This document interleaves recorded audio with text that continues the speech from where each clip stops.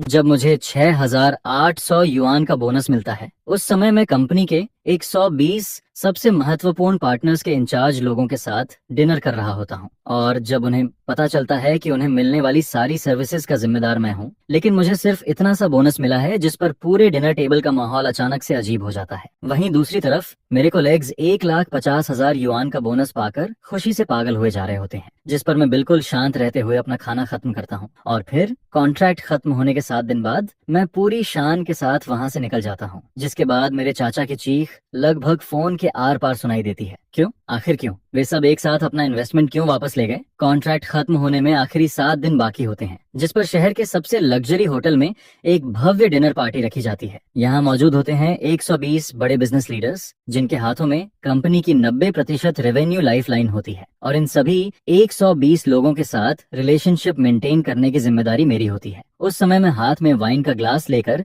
आराम से एक टेबल से दूसरी टेबल तक जाता हूँ और हर परिचित सीईओ के साथ सोशल कन्वर्सेशन करता रहता हूँ। इनमें से कई लोग तो कंपनी में मेरे पहले साल से ही मेरे साथ काम कर रहे होते हैं, जिस पर हमारे रिश्ते बहुत पहले ही एक साधारण बिजनेस पार्टनरशिप से आगे बढ़ चुके होते हैं। तभी देश की एक मशहूर कंपनी के प्रोक्योरमेंट डायरेक्टर मिस्टर जैन मेरे कंधे पर हाथ रखते हैं और ईमानदारी से कहते हैं, लिटिल चैन, अगले साल हमारे नए प्रोजेक्ट की जिम्मेदारी भी तुम्हें ही संभालनी होगी।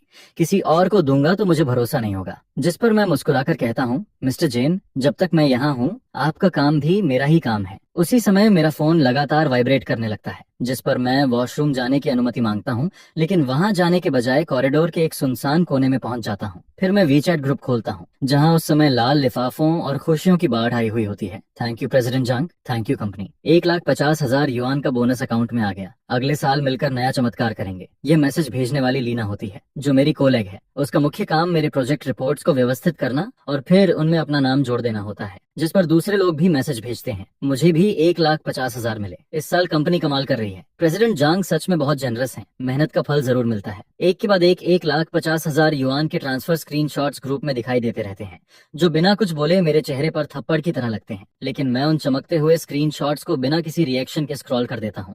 इसके बाद मैं अपना मोबाइल बैंकिंग ऐप खोलता हूँ। वहाँ एक नया ट्रांसफर नोटिफिकेशन चुपचाप पड़ा होता है। Amount 6,800 yuan. न कोई डेसिमल पॉइंट, न कोई कंग्रेचुलेशन मैसेज, बस एक ठंडा, गोल और बेरहम नंबर, मानो किसी इंटर्न को चुपचाप विदा करने के लिए दिया गया मामूली मेहनताना हो। मैं उस रकम को पूरे 10 सेकंड तक देखता रहता हूँ। न गुस्सा आता है, न निराशा, क्योंकि मेरे दिल में बची उम्मीद की आखिरी चिंगारी भी उसी पल पूरी तरह बुझ चुकी होती है। अब सिर्फ ठंडी राख बची होती है, जिसके बाद मैं दोबारा अपने चेहरे पर प्रोफेशनल स्माइल पहन लेता हूँ, जैसे अभी कुछ हुआ ही ना हो। तभी पास बैठे मिस्टर जैन किसी और के साथ ग्लास क्लिक कर रहे होते हैं। उनका हाथ गलती से मेरे फोन से टकरा जाता है, जिस पर मैं रिफ्लेक्स में स्क्रीन ऑन करके फोन रखने की कोशिश करता हूँ, लेकिन 6800 का वह नंबर उनकी नजरों से बच नहीं पाता। मिस्टर जैन हल्का सा भौहें से कोड़ते हैं, फिर अपना ग्लास नीचे रखकर कैजुअली पूछते हैं, लिटिल चेन, इस साल तुम्हारी कंपनी का बिजनेस इतना अच्छा रहा है, बोनस भी अच्छा खासा मिला होगा, है ना? और ग्रुप में खुशियां मना रहे मेरे कॉलेग्स की तरफ देखते हुए वो मुस्कुरा देते हैं, जिस पर मैं पूरी शांति से उनकी तरफ देखता हूँ और सिर्फ 3 शब्द कहता हूँ, 6,800 युआन।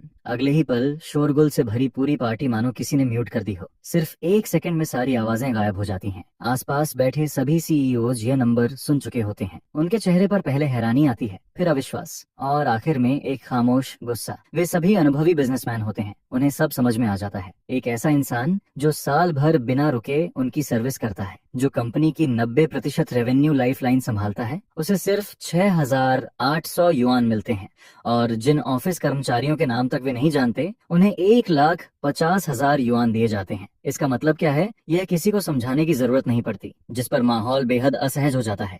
लेकिन मैं ऐसे खड़ा रहता हूँ जैसे कुछ हुआ ही ना हो। मैं ग्लास उठाकर मुस्कुराता हूँ और कहता हूँ, पिछले 1 साल में आप सभी के सपोर्ट के लिए धन्यवाद। यह जाम मैं आप सभी के नाम करता हूँ। यह कहकर मैं पूरा ग्लास एक ही सांस में खाली कर देता हूँ। तीखी शराब मेरे गले से नीचे उतरती है, मानो पिछले कई सालों की सारी थकान और सहनशीलता को जला रही हो। इसके बाद मैं खुद ही बात को अगले साल की मार्केट स्ट्रेटेजी की तरफ मोड़ देता हूँ और अपनी प्रोफेशनलिज्म से माहौल को वापस सामान्य बना देता हूँ, जिस पर ग्राहक आपस में बार बार नजरें मिलाने लगते हैं। उन नजरों में सिंपथी भी होती है और उससे ज्यादा एक फैसला। आखिरकार डिनर खत्म हो जाता है, सभी मेहमान एक एक करके चले जाते हैं। सबसे आखिर में मिस्टर जेन निकलते हैं। वह मेरे पास रुकते हैं और अपनी गहरी नजरों से मुझे देखते हैं, फिर धीमी आवाज में कहते हैं, लिटिल चेन, मेरे पास तुम्हारे लिए एक सलाह है। यह जगह तुम्हारे लायक नहीं है। अगर तुम्हारा कोई भी प्लान हो तो किसी भी समय मुझसे संपर्क करना। यह सुनकर मेरे दिल में हल्की गर्माहट महसूस होती है, जिस पर मैं सम्मान से सिर हिलाता हूँ। थैंक यू मिस्टर जेन। आखिरी मेहमान को विदा करने के बाद मैं अकेले अपने घर लौट आता हूँ, लेकिन इस बार हमेशा की तरह कंप्यूटर खोलकर वर्क ईमेल्स चेक नहीं करता,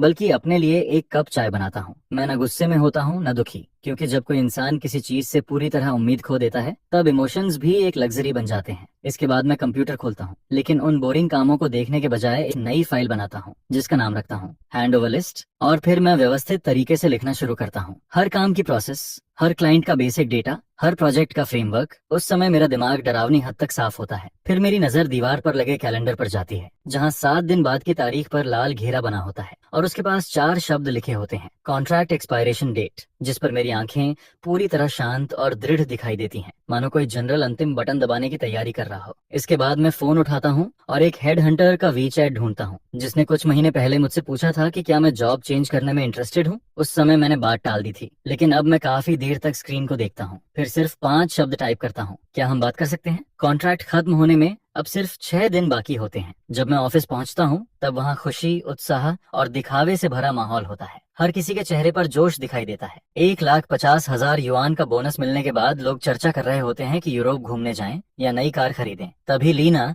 अपनी नई चमकदार लाल हाई हील्स पहनकर आती है। उसके हाथ में एक महंगा लग्जरी ब्रांड बैग होता है, जिसका लोगो इतना बड़ा होता है कि दूर से ही नजर आ जाता है। वह जानबूझकर मेरी डेस्क के पास रुकती है, फिर अपना बैग मेरे टेबल के कोने पर रखकर नाटकीय अंदाज में कहती है, कल इम्पल्सिवली यह बैग खरीद लिया, लेकिन अब उतना खास भी नहीं लग रहा। चैनचिंग, तुम्हें कैसा लगता है? लेकिन मैं सिर तक नहीं उठाता। मेरी नजरें कंप्यूटर स्क्रीन पर टिकी रहती हैं, जिस पर मैं बस हल्के से जवाब देता हूँ, ठीक है। लीना की मुस्कान एक पल के लिए जम जाती है, लेकिन अगले ही सेकंड वह अपनी आवाज ऊंची करके आसपास के कॉलेज से कहती है, गर्ल्स, इस साल की बम्पर हार्वेस्ट सेलिब्रेट करने के लिए मैं सबको आफ्टरनून टी ट्रीट देती हूँ, जो मन करे ऑर्डर करो। पूरी कंपनी में तालियों और जोरदार चीयरिंग की आवाज गूंजने लगती है, जिस पर लोगों का एक बड़ा झुंड लीना के आसपास इकट्ठा होकर अपने फोन पर स्नैक्स और ड्रिंक्स ऑर्डर करने लगता है। हंसी मजाक और शोर शराबे से भरा माहौल पूरे छोटे से ऑफिस को किसी बाजार जैसा बना देता है। लेकिन शुरू से आखिर तक कोई भी मुझसे यह तक नहीं पूछता कि मैं क्या पीना चाहता हूँ। मैं मानो एक इनविजिबल इंसान बन चुका होता हूँ, जिसे सबने अपने आप अलग कर दिया हो। यह पूरी सेलिब्रेशन पार्टी जैसे मुझसे कोई संबंध ही नहीं रखती। दोपहर के 3 बजे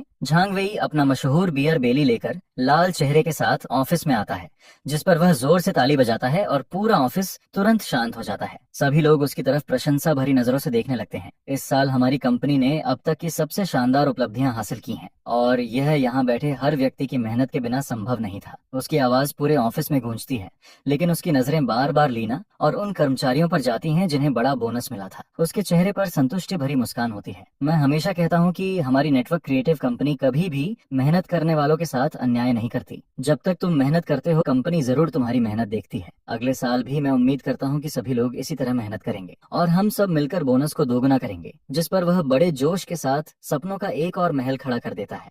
लेकिन उस बूढ़े लोमड़ी जैसी चालाक इंसान की आंखें जानबूझकर मेरी तरफ देखने से बचती रहती हैं, मानो कंपनी की 90% रेवेन्यू लाने वाला इंसान मैं नहीं, कोई और हो। उसकी स्पीच खत्म होने के बाद झांग वेई मुझे हाथ से इशारा करता है, जिस पर मैं शांति से खड़ा होता हूँ और उसके पीछे पीछे ऑफिस के अंदर चला जाता हूँ। दरवाजा बंद होते ही उसके चेहरे की मुस्कान थोड़ी कम हो जाती है और उसकी जगह बनावटी गंभीरता आ जाती है। चैनचिंग, इस साल के बोनस को लेकर ज्यादा मत सोचो। मुझे पता है कि तुम्हारा कंट्रीब्यूशन बहुत बड़ा है, कंपनी ये सब देखती है। मैं हाथ में पानी का गिलास पकड़कर चुपचाप बैठा रहता हूँ और उसकी एक्टिंग सुनता रहता हूँ, जिसके बाद वह आगे कहता है, लेकिन तुम्हें यह भी समझना होगा कि तुम्हारी सफलता का बड़ा हिस्सा कंपनी के प्लेटफॉर्म की वजह से है। अगर नेटवर्क क्रिएटिव कंपनी का नाम ना होता तो वे बड़े क्लाइंट्स तुम कैसे जानते। लीना और बाकी लोगों की प्रोफेशनल एबिलिटी भले ही तुमसे कम हो, लेकिन उन्होंने भी काफी मेहनत की है। इंटरनल कोऑर्डिनेशन और प्रोसेस मैनेजमेंट भी उतना ही जरूरी है। इसके बाद वह अपनी पुरानी आदत के मुताबिक खोखली बातें मेरे दिमाग में भरने लगता है। इस साल तुम्हारा बोनस थोड़ा कम जरूर है, लेकिन ये पूरे सिस्टम को ध्यान में रखकर लिया गया फैसला है। वह मुझे समझाता है कि मैं अभी जवान हूँ और मुझे दूर की सोच रखनी चाहिए। अगर अगले साल भी तुम इसी तरह परफॉर्म करते रहे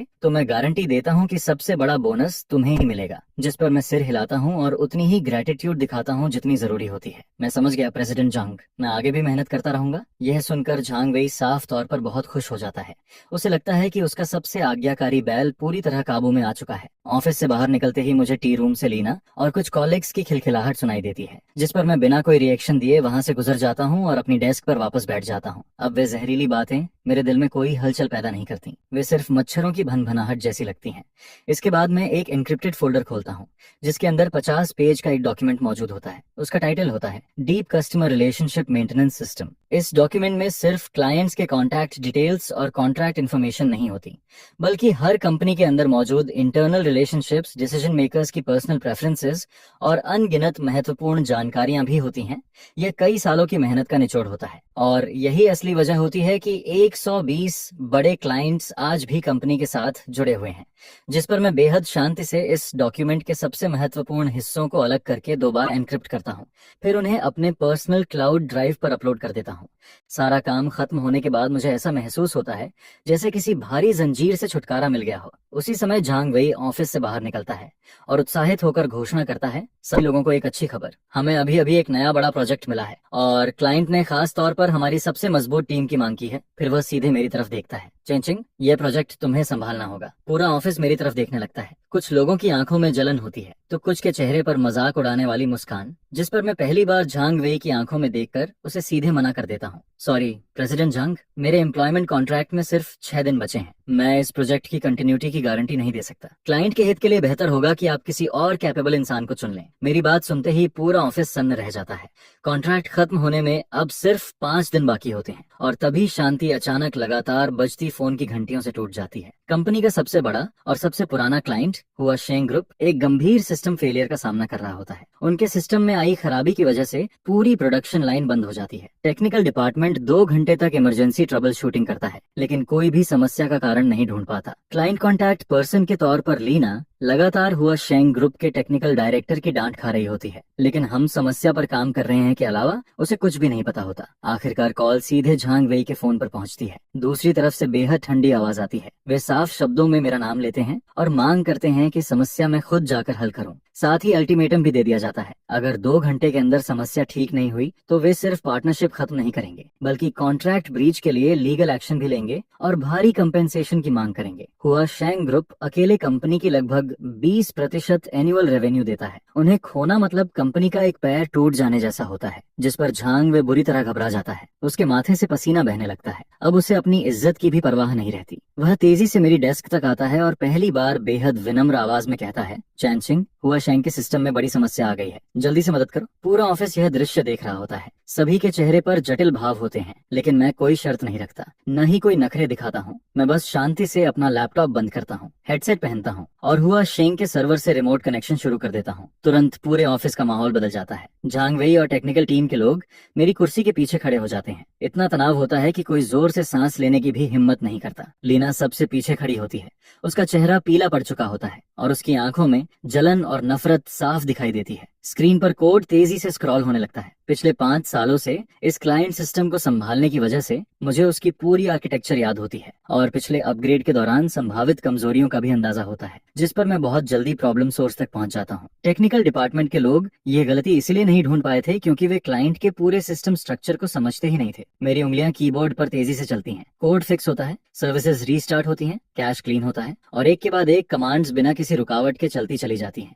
लगभग 1 घंटे बाद मैं हेडसेट उतारता हूँ और झांग वेई से कहता हूँ, हो गया, सब ठीक हो गया। लगभग उसी समय मेरा फोन वाइब्रेट करता है। कॉल हुआ शेंग ग्रुप के टेक्निकल डायरेक्टर की होती है। फोन उठाते ही दूसरी तरफ से राहत भरी आवाज सुनाई देती है, चैनचिंग, तुम्हारा बहुत धन्यवाद, तुम सच में हमारे लिए लाइफ सेवर हो। प्रोडक्शन लाइन पूरी तरह रिकवर हो चुकी है। वह लंबी सांस छोड़ता है, फिर कुछ पल चुप रहकर गंभीर आवाज में कहता है, भाई दिल से एक बात कहूँ, तुम जैसा एक्सपर्ट अभी भी उस नेटवर्क क्रिएटिव कंपनी में काम कर रहा है, ये सच में टैलेंट की बर्बादी है। ऐसी कंपनी तुम्हारे लायक नहीं है। मैं हल्का सा मुस्कुराता हूँ। समस्या हल होने के बाद झांग वेई लंबी सांस छोड़ता है, लेकिन अब उसकी आंखों में मेरे लिए आभार नहीं होता, बल्कि वहाँ पहले से ज्यादा डर और बेचैनी दिखाई देती है, जिस पर उसे आखिर एहसास हो जाता पाता है कि जिस कर्मचारी को वह हमेशा अपनी मर्जी से कंट्रोल करता आया था, उसके हाथ में ऐसी चीज मौजूद है जिसे वह कभी कंट्रोल नहीं कर सकता। यह देखकर लीना तुरंत झांग वेई के पास जाती है और उसके कान में धीरे धीरे कुछ कहने लगती है। प्रेसिडेंट झांग, क्या आपको नहीं लगता कि उसने जानबूझकर एक चाल छिपा कर रखी थी? वह बस इसी मौके का इंतजार कर रहा था ताकि कंपनी को दबाव में डालकर आपसे शर्तें मनवा सके। लीना की यह बात सीधे झांग वेई के दिल में जाकर लगती है, क्योंकि उसके लिए यह मान लेना ज्यादा आसान होता है कि कर्मचारी जानबूझकर समस्या पैदा कर रहा है, बजाय इसके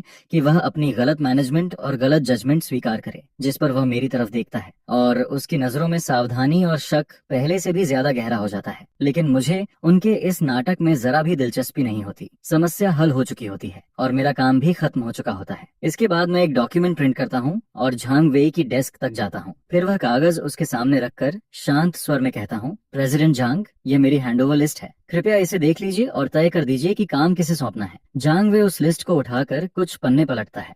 उसमें सिर्फ 120 क्लाइंट्स की कंपनी नेम्स, स्टैंडर्ड कॉन्ट्रैक्ट्स और पब्लिक कॉन्टैक्ट इन्फॉर्मेशन लिखी होती है। लेकिन असली महत्वपूर्ण चीजें उसमें कहीं नहीं होती, जैसे रिलेशनशिप मेंटेनेंस नोट्स, की contact maps, important internal connections, communication skills और वर्षों की मेहनत से बने पर्सनल रिलेशनशिप्स। इनमें से कुछ भी उस फाइल में मौजूद नहीं होता। वह प्रोसेस के हिसाब से एक परफेक्ट हैंडओवर डॉक्यूमेंट होता है, लेकिन असलियत में उसकी कीमत लगभग शून्य होती है। कॉन्ट्रैक्ट खत्म होने में अब 4 दिन बाकी होते हैं और आखिरकार झांग वेई फैसला करता है कि मेरा काम लीना को सौंपा जाएगा। शायद यह उसका तरीका होता है मुझे यह दिखाने का कि देखो, चाहे तुम कितने भी महत्वपूर्ण क्यों ना हो, तुम्हारी जगह कोई भी ले सकता है। लीना उस सूखी हैंडओवर लिस्ट को ऐसे पकड़ती है जैसे कोई शाही फरमान हो, फिर मेरे सामने बैठ जाती है और घमंड से कहती है, चैनचिंग, अब मुझे एक एक चीज विस्तार से समझाओ। हर क्लाइंट की आदत क्या है, उन्हें किस तरह की बातें पसंद हैं, किन चीजों से उन्हें परेशानी होती है, सब कुछ साफ साफ बताओ। उसकी आवाज काम समझने जैसी नहीं लगती, बल्कि किसी अपराधी से पूछताछ करने जैसी लगती है। जिस पर मैं लिस्ट खोलता हूँ और पहले क्लाइंट की तरफ इशारा करता हूँ, हुआशेंग ग्रुप, परचेसिंग डायरेक्टर चंजानहुआ, कॉन्टैक्ट नंबर 139XXXXXXX। यह कंपनी की पब्लिक इन्फॉर्मेशन है। कॉन्ट्रैक्ट टर्म्स यहाँ हैं। स्पेशल रिक्वायरमेंट्स का विवरण इंस्पेक्शन डॉक्यूमेंट नंबर 3 में दिया गया है। लेकिन लीना तुरंत मुझे बीच में रोक देती है। किसे ये सब सुनना है? मुझे वह अंदर की बातें चाहिए जो डॉक्यूमेंट्स में नहीं लिखी होती, जैसे प्रेसिडेंट चेन को कौन सी चाय पसंद है, उनके साथ डिनर करते समय किन बातों का ध्यान रखना चाहिए। जिस पर मैं हल्का सा भौं उठाता हूँ और शांत स्वर में कहता हूँ, मेरे हैंडओवर की सीमा सिर्फ उन चीजों तक है जो कंपनी एसेट्स हैं। जहाँ तक प्रेसिडेंट चेन के साथ मेरे पर्सनल रिलेशनशिप और वर्षों से जमा किए गए कम्युनिकेशन एक्सपीरियंस की बात है, वह मेरी पर्सनल प्रॉपर्टी है और उसे हैंडओवर करना मेरी जिम्मेदारी नहीं है। यह सुनते ही लीना का चेहरा लाल हो जाता है। तुम काम में सहयोग नहीं कर रहे हो चेनचिंग, ये मत समझना कि नौकरी छोड़ने वाले हो तो बहुत बड़े बन गए हो।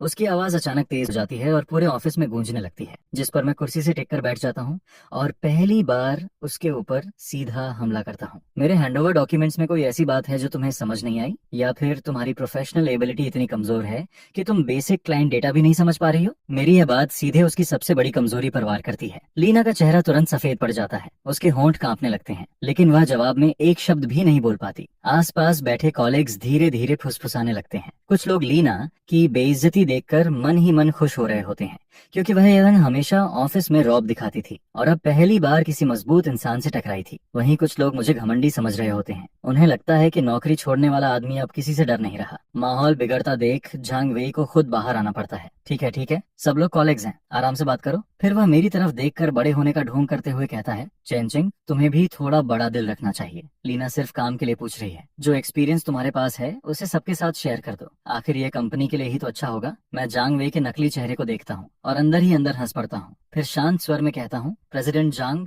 एक्सपीरियंस किसी दूसरे को सिखाया नहीं जा सकता, उसे हर इंसान को खुद कमाना पड़ता है। अगर लीना को बेसिक कस्टमर रिलेशनशिप बिल्ड करने के लिए भी कोई हाथ पकड़कर सिखाए तो मेरा सुझाव है कि कंपनी उसकी क्षमता की दोबारा जांच करे। क्या वह सच में इस पोजीशन के योग्य है? मेरे शब्द किसी तेज ब्लेड की तरह लीना की इज्जत को चीर देते हैं, जिस पर झांग वेई का चेहरा पूरी तरह काला पड़ जाता है और पूरा ऑफिस मौत जैसी खामोशी में डूब जाता है। उसी समय मेरा फोन हल्का सा वाइब्रेट करता है। मैं स्क्रीन देखता हूँ। यह प्रेसिडेंट चेन का वीचैट मैसेज होता है, जिस पर मैं मैसेज खोलता हूँ।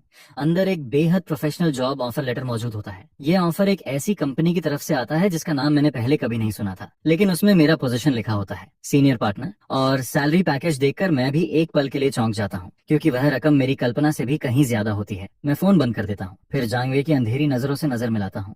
लेकिन मेरे दिल में उस समय एक ऐसी शांति होती है जो मैंने पहले कभी महसूस नहीं की थी, क्योंकि इस लड़ाई में मैं हारने वाला नहीं था। कॉन्ट्रैक्ट खत्म होने से पहले आखिरी दिन आ जाता है। यह नेटवर्क क्रिएटिव कंपनी में मेरा अंतिम दिन होता है। पूरा सुबह का समय मैं अपनी डेस्क साफ करने में बिताता हूँ। मेरी सारी पर्सनल आइटम्स एक डिब्बे में रखी जा चुकी होती हैं। कंप्यूटर में मौजूद मेरी सारी पर्सनल फाइल्स परमानेंटली डिलीट हो चुकी होती हैं। डेस्क पर सिर्फ कंपनी का कंप्यूटर और कंपनी का फोन बचा होता है, इसके अलावा कुछ नहीं। मानो मैं कभी यहाँ काम करता ही नहीं था। कॉलीग्स छोटे छोटे समूह बनाकर इधर उधर घूमते रहते हैं। वे फॉर्मल बातें करते हैं, लेकिन उनकी आंखों में न कोई रोकने की इच्छा होती है, न कोई दुख, बल्कि वहाँ सिर्फ तमाशा देखने की खुशी होती है। उनकी नजरों में मैं सिर्फ एक टेक गिक होता हूँ, जिसके पास कंपनी प्लेटफॉर्म के बिना कुछ भी नहीं है। उन्हें पूरा भरोसा होता है कि मैं जल्द ही समाज की मार खाकर वापस यहाँ लौट आऊंगा। लीना तो अपनी तिरस्कार भरी नजरें छिपाने की कोशिश भी नहीं करती। वह हाथ बांधकर मेरे पास खड़ी हो जाती है और व्यंग्य से कहती है, वाह, किसी के तो पर निकल आए ऐसे हैं। देखते हैं नेटवर्क क्रिएटिव कंपनी का प्लेटफॉर्म और सपोर्ट हटने के बाद तुम क्लाइंट्स के सामने कितने दिन हीरो बने रहते हो। लेकिन मैं उसकी तरफ देखने की भी जहमत नहीं उठाता। मैं बस मुस्कुराता हूँ और आखिरी फाइल भी डिलीट कर देता हूँ। डिलीट। दोपहर में झांग वेई मुझे आखिरी बार अपने ऑफिस में बुलाता है। वह अपनी बड़ी चेयरमैन चेयर पर बैठा होता है और उपदेश देने वाले अंदाज में कहता है, चैनचिंग, हालांकि इस बार तुम्हारा व्यवहार ठीक नहीं रहा, लेकिन इतने साल कंपनी के लिए मेहनत करने की वजह से मैं तुम्हारी बातों को नजरअंदाज कर सकता हूँ। कंपनी का दरवाजा हमेशा तुम्हारे लिए खुला रहेगा। बेशक उस समय सैलरी और ट्रीटमेंट पर दोबारा बात करनी पड़ेगी। स्पष्ट था कि उसे लगता था कि वह मुझ पर बहुत बड़ा एहसान कर रहा है, जिस पर मैं उसकी तरफ देखकर हल्का सा मुस्कुराता हूँ और धीरे से कहता हूँ, प्रेसिडेंट झांग, उम्मीद करता हूँ कि मेरे जाने के बाद भी आप ऐसे ही मुस्कुराते रहेंगे। शाम के 5:30 बजते ही ऑफिस की छुट्टी का समय हो जाता है, जिस पर मैं अपना कार्डबोर्ड बॉक्स उठाता हूँ और आखिरी बार अटेंडेंस मशीन पर पंच करता हूँ। मैं किसी को अलविदा नहीं कहता, न ही एक बार पीछे मुड़कर देखता हूँ। पूरे ऑफिस की नजरें मुझ पर टिकी होती हैं। कुछ लोगों की आंखों में दया होती है, कुछ के चेहरे पर मजाक उड़ाने वाली मुस्कान, और कुछ को तो कोई फर्क ही नहीं पड़ता। जिस पर मैं बिल्कुल शांत भाव से उस जगह से बाहर निकल जाता हूँ जहाँ मैंने अपनी जवानी के कई साल लगा दिए थे। उसी समय चेयरमैन ऑफिस के अंदर झांग वेई का फोन लगातार बज रहा होता है। इतनी कॉल्स आ रही होती हैं कि उसका फोन लगभग फटने की स्थिति में पहुंच जाता है। 120 में से एक भी कंपनी ऐसी नहीं होती जो नेटवर्क क्रिएटिव कंपनी के साथ सहयोग जारी रखना चाहती हो। सभी कंपनीज एक के बाद एक कॉन्ट्रैक्ट टर्मिनेट करने की बात कर रही होती है। यहाँ तक कि झांग वे बेहतर कंडीशंस देने की पेशकश भी करता है, लेकिन कोई भी वापस आने को तैयार नहीं होता। और इसकी वजह सिर्फ एक होती है, मैं नौकरी छोड़ चुका था। यह सुनकर झांग वेई पूरी तरह घबरा जाता है, जिस पर वह अपना फोन इतनी जोर से टेबल पर पटकता है कि टेम्पर्ड ग्लास तक चटक जाता है। फिर वह गुस्से में चिल्लाता है, जल्दी जाओ, चैनचिंग को वापस लेकर आओ। नौकरी छोड़ने के बाद पहली सुबह आती है, लेकिन इस बार मुझे अलार्म क्लॉक नहीं जगाता, बल्कि खिड़की के बाहर चिड़ियों की आवाज मुझे नींद से उठाती है। मैं एक साधारण स्पोर्ट्स सूट पहनता हूँ और बिल्डिंग के नीचे वाले पार्क में दौड़ने निकल जाता हूँ। नेटवर्क क्रिएटिव कंपनी छोड़ने के बाद ऐसा लगता है जैसे जिंदगी की हवा भी पहले से ज्यादा साफ हो गई हो। मैं झील के किनारे रुकता हूँ और पानी में अपना रिफ्लेक्शन देखता हूँ, जिस पर मुझे एहसास होता है कि मेरे अंदर बेरोजगारी को लेकर जरा भी चिंता नहीं है, बल्कि एक अजीब सा आत्मविश्वास मौजूद है, मानो सब कुछ पहले से मेरे नियंत्रण में हो। तभी मेरा फोन वाइब्रेट करता है। मैं स्क्रीन देखता हूँ।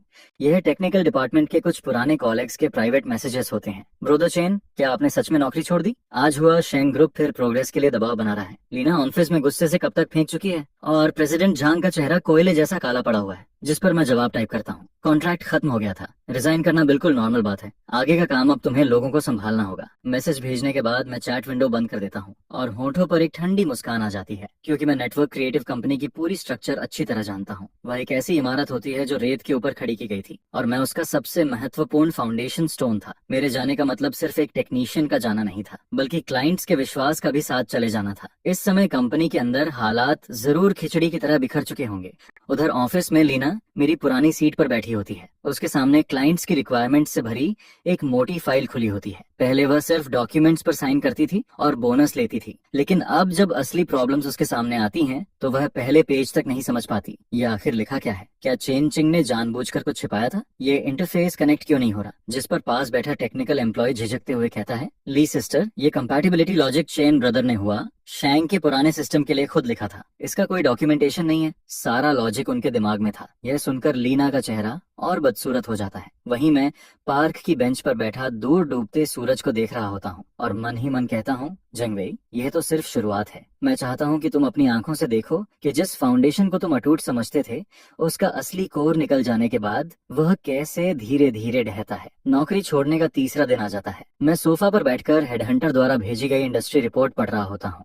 सब कुछ बिल्कुल मेरी उम्मीद के मुताबिक हो रहा होता है। झांग वे अब चैन से बैठ नहीं पा रहा था। तभी अचानक फोन की घंटी बजती है। स्क्रीन पर वही परिचित नंबर दिखाई देता है। मैं फोन को पूरे 30 सेकंड तक बजने देता हूँ, फिर आराम से कॉल रिसीव करता हूँ। दूसरी तरफ झांग वेई की आवाज आती है। लिटिल चेन, घर पर आराम कैसा चल रहा है? तुम भी ना इतनी जल्दी चले गए? हम लोग तो तुम्हारे लिए फेयरवेल पार्टी तक नहीं रख पाए। जिस पर मैं शांत स्वर में कहता हूँ, प्रेसिडेंट झांग, मैं अब भी काफी अच्छा महसूस कर रहा हूँ। फोन की दूसरी तरफ कुछ सेकंड की खामोशी छा जाती है। फिर झांग वेई की भारी सांसें सुनाई देती हैं। मैं जानता था कि वह इस समय शिकायतों और क्राइसिस कॉल्स में पूरी तरह डूब चुका है। आखिरकार वह मुख्य मुद्दे पर आता है। लिटिल चेन, पिछले बोनस वाली बात में अकाउंटिंग डिपार्टमेंट से थोड़ी गलती हो गई थी। मैंने उन्हें अच्छी तरह डांट दिया है। ऐसा करते हैं, तुम कल वापस आ जाओ। मैं पर्सनल लेवल पर तुम्हें 1 लाख युआन का बोनस दूंगा। साथ ही तुम्हें सीनियर जनरल मैनेजर भी बना दूंगा। कैसा रहेगा? उसकी बातें सुनकर मेरे अंदर सिर्फ घिन पैदा होती है, क्योंकि अगर हुआ शेंग और बाकी बड़े क्लाइंट्स कॉन्ट्रैक्ट कैंसिल करने की धमकी नहीं दे रहे होते तो शायद वह मुझे कॉल तक नहीं करता। जिस पर कॉल खत्म होते ही मैं उसका नंबर सीधे ब्लैकलिस्ट में डाल देता हूँ। उसे लगता था कि मैं कोई सस्ता मजदूर हूँ जिसे बस एक हड्डी फेंक दो और वह फिर से पूंछ हिलाने लगेगा। लेकिन उसे नहीं पता था कि इन वर्षों में मैंने उसकी लालच और छोटी सोच को पूरी तरह पहचान लिया था। रात धीरे धीरे गहराने लगती है। मैं कंप्यूटर खोलता हूँ और एक नया फोल्डर बनाता हूँ। उसका नाम रखता हूँ डिपेयर, क्योंकि मैं सिर्फ कंपनी छोड़कर नहीं जाना चाहता था। मैं अपने साथ वह सब कुछ भी ले जाना चाहता था जो वास्तव में मेरा था, और नेटवर्क क्रिएटिव कंपनी को एक खाली खोल में बदल देना चाहता था। नौकरी छोड़ने के 5वें दिन हुआ। शेंग ग्रुप के परचेजिंग डायरेक्टर मिस्टर जेन मुझे चाय पर बुलाते हैं। वह हमेशा से बेहद समझदार इंसान रहे थे और कंपनी में रहते हुए सबसे सम्मानित पार्टनर्स में से एक थे। टी हाउस के अंदर हल्की चाय की खुशबू फैली होती है, जिस पर मिस्टर जेन मेरी तरफ देखकर कहते हैं, लिटिल चेन, तुम्हारे जाने के बाद नेटवर्क क्रिएटिव कंपनी लगभग अपंग हो चुकी है। कल झांग वेई खुद अपनी टीम लेकर मेरे पास आया था, लेकिन आधे दिन की मीटिंग के बाद भी वे कोई ढंग का सॉल्यूशन नहीं दे पाए। और लीना, यह कहते हुए वह हल्का सा हंस पड़ते हैं। उसे सिर्फ बड़ी बड़ी बातें करना आता है। मैं भी मुस्कुराता हूँ। प्रेसिडेंट जन, अब वह उनकी समस्या है, मेरा उससे कोई संबंध नहीं। मिस्टर जैन चाय का कप नीचे रखते हैं, फिर थोड़ा आगे झुककर गंभीर स्वर में कहते हैं, सच बताऊं, हुआ शेंग ग्रुप को कंपनी नहीं तुम पर भरोसा था। अगर तुम नहीं होते तो हम वो प्रोजेक्ट कभी नेटवर्क क्रिएटिव कंपनी को नहीं देते। मैंने लीगल डिपार्टमेंट को कॉन्ट्रैक्ट टर्मिनेशन प्रोसेस शुरू करने के लिए कह दिया है। ये सुनकर भी मैं ज्यादा हैरान नहीं होता, क्योंकि ये सब पहले से मेरी उम्मीद में था। सब कुछ मेरी कैलकुलेशन के अंदर है। ये सुनकर मिस्टर जैन सिर हिलाते हैं, फिर अचानक पूछते हैं, लिटिल चेन, क्या तुम खुद का बिजनेस शुरू करने में इंटरेस्टेड हो? अगर तुम स्टार्टअप शुरू करते हो तो हुआ शेंग ग्रुप पहला क्लाइंट होगा जो तुम्हारे साथ कॉन्ट्रैक्ट साइन करेगा। यह एक बेहद भारी वादा होता है, लेकिन मैं जानता था कि अभी समय नहीं आया है, क्योंकि झांग वे जैसे लोगों को बिना दर्द महसूस कराए पछतावा नहीं होता। जिस पर मैं सम्मान से कहता हूँ, प्रेसिडेंट जेन, आपके भरोसे के लिए धन्यवाद। मैं कुछ समय खुद को व्यवस्थित करना चाहता हूँ। मेरे पास अभी कई आइडियाज और फ्रेमवर्क्स हैं जिन्हें मुझे दोबारा ऑर्गेनाइज करना है। जब मैं पूरी तरह तैयार हो जाऊंगा तो सबसे पहले आपसे संपर्क करूंगा। टी हाउस से बाहर निकलते समय ठंडी रात की हवा चल रही होती है। मैं पीछे मुड़कर फाइनेंशियल डिस्ट्रिक्ट की चमकती इमारतों को देखता हूँ और मेरे मन में एक बड़ा प्लान आकार लेने लगता है, क्योंकि मेरा लक्ष्य किसी दूसरी कंपनी में नौकरी करना नहीं था। मैं ऐसी कंपनी बनाना चाहता था जो सच में टेक्नोलॉजी और टैलेंट की इज्जत करे। उधर पूरे हफ्ते नेटवर्क क्रिएटिव कंपनी के अंदर बारूद जैसी स्थिति बनी रहती है। हालांकि मैं वहां मौजूद नहीं होता, लेकिन 1,50,000 युआन बोनस लेने वाले लोग अब रिजल्ट नहीं दे पा रहे थे, जिस पर वे एक दूसरे पर दोष डालना शुरू कर चुके होते हैं। और सबसे ज्यादा निशाने पर होती है लीना, क्योंकि नाम के अनुसार पूरे प्रोजेक्ट की जिम्मेदार वही होती है। चिली, ये रिक्वायरमेंट साफ तौर पर आपके साइन से पास हुई है। अब लॉजिक काम नहीं कर रहा है तो आप हमें ऐसे ही बैठे बैठे टाइम और रिसोर्सेज बर्बाद करने के लिए मजबूर नहीं कर सकती। अगर मैंने साइन किया तो क्या हुआ? क्या मैं त्रहंदा के छोड़े हुए सारे डॉक्यूमेंट्स तुम लोगों को नहीं दे चुकी? तुम लोग इतने बड़े यूनिवर्सिटीज से ग्रेजुएट होकर आए हो, फिर भी उसके लिखे हुए कोड की एक लाइन तक समझ नहीं पा रहे। जिस पर ऐसी बहसें अब लगभग हर दिन होने लगी थी। ट्रोंग भी अपने ऑफिस में छिपा बैठा रहता था और बाहर निकलने की हिम्मत तक नहीं करता था। उसने सोचा था कि लीना को ऊपर लाकर वह सिचुएशन को स्टेबलाइज कर लेगा, लेकिन लीना पावर स्ट्रगल के अलावा टेक्निकल क्राइसिस संभालने की कोई कैपेबिलिटी ही नहीं रखती थी। इस समय ट्रोंग भी अपनी डेस्क पर पड़े लॉयर नोटिस को घूर रहा था। उन नोटिस में लिखी बातें बेहद गंभीर थीं। हुआशेंग कॉन्ट्रैक्ट टर्मिनेट करना चाहता था और 2 दूसरे कोर पार्टनर्स भी अब सिचुएशन को देख रहे थे। जिस रेप्यूटेशन को उसने सालों की मेहनत से बनाया था, वह मेरे जाने के बाद तेजी से टूटती जा रही थी। लीना, तुमने ही कहा था कि ट्रांदा के जाने से कोई फर्क नहीं पड़ेगा। अब मुझे बताओ, इस होल को भरोगी कैसे? जिस पर लीना उसके सामने सिर झुकाकर खड़ी रहती है। उसके चेहरे पर अब पहले वाला घमंड और एरोगेंस बिल्कुल नहीं था। उसे आखिर समझ आने लगा था कि जिस इंसान का वह बार बार मजाक उड़ाती थी, जिसे वह रिप्लेसेबल समझती थी, वही उसका सबसे बड़ा सहारा था। त्रोंग टोंग, क्यों ना हम उस पर कमर्शियल सीक्रेट्स चुराने का आरोप लगा दें, उसे मजबूर करेंगे कि वापस आए और कोर टेक्नोलॉजी सौंप दे। जिस पर ट्रुओंग वी सिर उठाता है।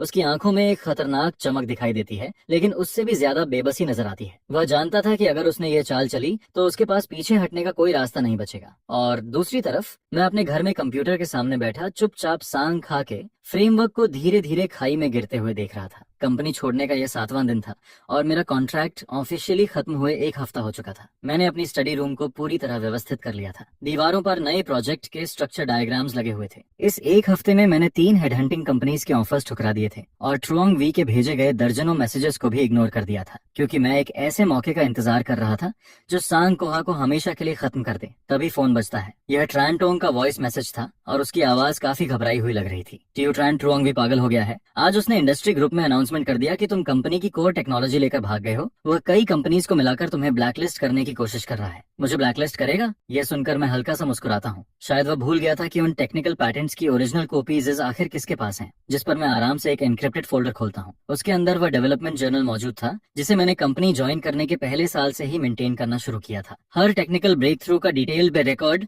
और ओरिजिनल सोर्स फाइल्स वहाँ सुरक्षित रखे हुए थे। अगर ट्रुओंग वी लीगल गेम खेलना चाहता है तो मैं भी उसके साथ आखिर तक खेलूंगा। उस दोपहर मैं सिटी सेंटर के एक स्टार्टअप इंक्यूबेटर के सामने पहुंचता हूँ। ट्रान टोंग ने मेरे लिए जगह अरेंज कर दी थी। जगह बड़ी नहीं थी, लेकिन शुरुआत के लिए काफी थी। आज से यही नलगी की फाउंडेशन बनने वाली थी। मैं खिड़की के पास खड़ा होकर नीचे व्यस्त सड़कों को देखता हूँ। मुझे अच्छी तरह पता था कि ट्रुओंग वी का ब्लैकलिस्ट ऑर्डर बहुत जल्द एक मजाक बन जाएगा। जब वे क्लाइंट्स जिन्हें सांगकोआ ने नुकसान पहुंचाया था देखेंगे कि मैं वापस आ गया हूं, तो वे खुद सबसे सही फैसला करेंगे। इस समय सांगकोआ नेटवर्क हुक अपनी आखिरी पागलपन भरी स्टेज में था। ट्रुओंग वी और लीना को लगता था कि उन्होंने मुझे पूरी तरह फंसा लिया है, लेकिन उन्हें बिल्कुल अंदाजा नहीं था कि वे धीरे धीरे उसी कब्र की तरफ बढ़ रहे हैं जिसे मैंने पहले से उनके लिए खोद रखा था। ट्रुओंग वी का ब्लैकलिस्ट ऑर्डर ठंडी हवा की तरह पूरे इंडस्ट्री सर्कल में फैल गया। मैं अपने नए रेंटेड वर्क स्पेस में बैठा फोन पर रिक्रूटर्स के अपॉलॉजी मैसेजेस देख रहा था, लेकिन मेरे मन में कोई खास हलचल नहीं होती थी। उनके शब्द बहुत विनम्र थे, लेकिन मतलब साफ था। ट्रुओंग वी ने इंडस्ट्री एसोसिएशन में पहले ही दबाव बना दिया था। जो भी कंपनी मेरे साथ कॉन्ट्रैक्ट साइन करेगी उसे सांगकोआ के पीछे खड़ी पुरानी कंपनीज का दुश्मन माना जाएगा। लेकिन ये चाइल्डिश ट्रिक मैं पहले ही समझ चुका था।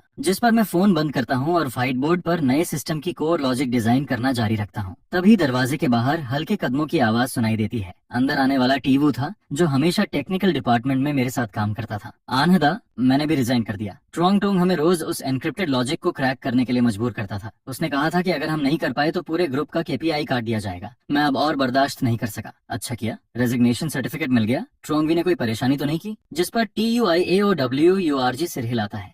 उसकी आंखें हल्की लाल हो चुकी थीं। अब कंपनी में हर कोई खुद को बचाने में लगा है। LYNA जिम्मेदारी से बचने के लिए रोज चेक करती है कि कहीं कोई सीक्रेटली आपसे कांटेक्ट तो नहीं कर रहा। ANHDA, अगर आपको लोगों की जरूरत हो तो बिना सैलरी के भी मैं आपके साथ काम करना चाहता हूँ। यह सुनकर मेरे दिल में हल्की गर्माहट पैदा होती है। ट्रुओंग वी को लगता था कि पावर के दम पर वह मेरा रास्ता बंद कर देगा, लेकिन वह भूल गया था कि लोगों का दिल कभी भी धमकियों से नहीं खरीदा जा सकता। सैलरी पहले से ज्यादा मिलेगी, लेकिन उससे पहले हमें इस ब्लैकलिस्ट प्रॉब्लम को खत्म करना होगा। जिस पर मैं कंप्यूटर खोलता हूँ और एक पुराने टेक्निकल फोरम में लॉग इन करता हूँ। वह फोरम काफी समय से इनएक्टिव पड़ा था, लेकिन वहाँ मैं सिर्फ ट्रांदा नहीं था, मैं इंडस्ट्री का एक बड़ा नाम था जिसके हजारों फॉलोअर्स थे। अगर ट्रुओंग वी सर्कल में मेरी रेप्यूटेशन खराब करना चाहता है तो मैं उसे दिखाऊंगा कि असली स्ट्रेटेजिक सप्रेशन किसे कहते हैं। रेजिग्नेशन के 10वें दिन मुझे अचानक लीना का फोन आता है। उसकी आवाज इस बार हैरान करने वाली हद तक नरम थी। वह मुझे मिलने के लिए बुलाती है और कहती है कि कंपनी की तरफ से माफी मांगना चाहती है। मैं जानता था कि यह जरूर कोई ट्रैप होगा, लेकिन फिर भी मैं वहां जाता हूँ क्योंकि मैं देखना चाहता था कि ट्रुओंग वी के निर्देश पर वह अब कौन सा नया खेल खेलने वाली है। रेस्टोरेंट के प्राइवेट रूम में लीना बेहद शानदार कपड़ों में बैठी थी। मेज पर महंगे डिशेस सजे हुए थे। जैसे ही उसने मुझे देखा, वह मुस्कुराते हुए आगे बढ़ी और मेरा हाथ पकड़ने की कोशिश करने लगी। त्रांदा, पहले मैं इम्यूचर थी, उम्मीद है तुम पुरानी बातें दिल पर नहीं लोगे। ट्रुओंग टोंग ने कहा है, अगर तुम सेटलमेंट प्लान देने को तैयार हो जाओ तो रुके हुए सारे पार्टनरशिप्स तुरंत रिस्टोर कर दिए जाएंगे और कंपनी तुम्हें एक्स्ट्रा कंसल्टिंग फी भी देगी। जिस पर मैं उसकी तरफ देखकर मुस्कुराता हूँ। लीना, क्या तुम्हें खुद इन बातों पर यकीन है? वह एल्गोरिदम्स मेरी पर्सनल इंटेलेक्चुअल प्रॉपर्टी हैं।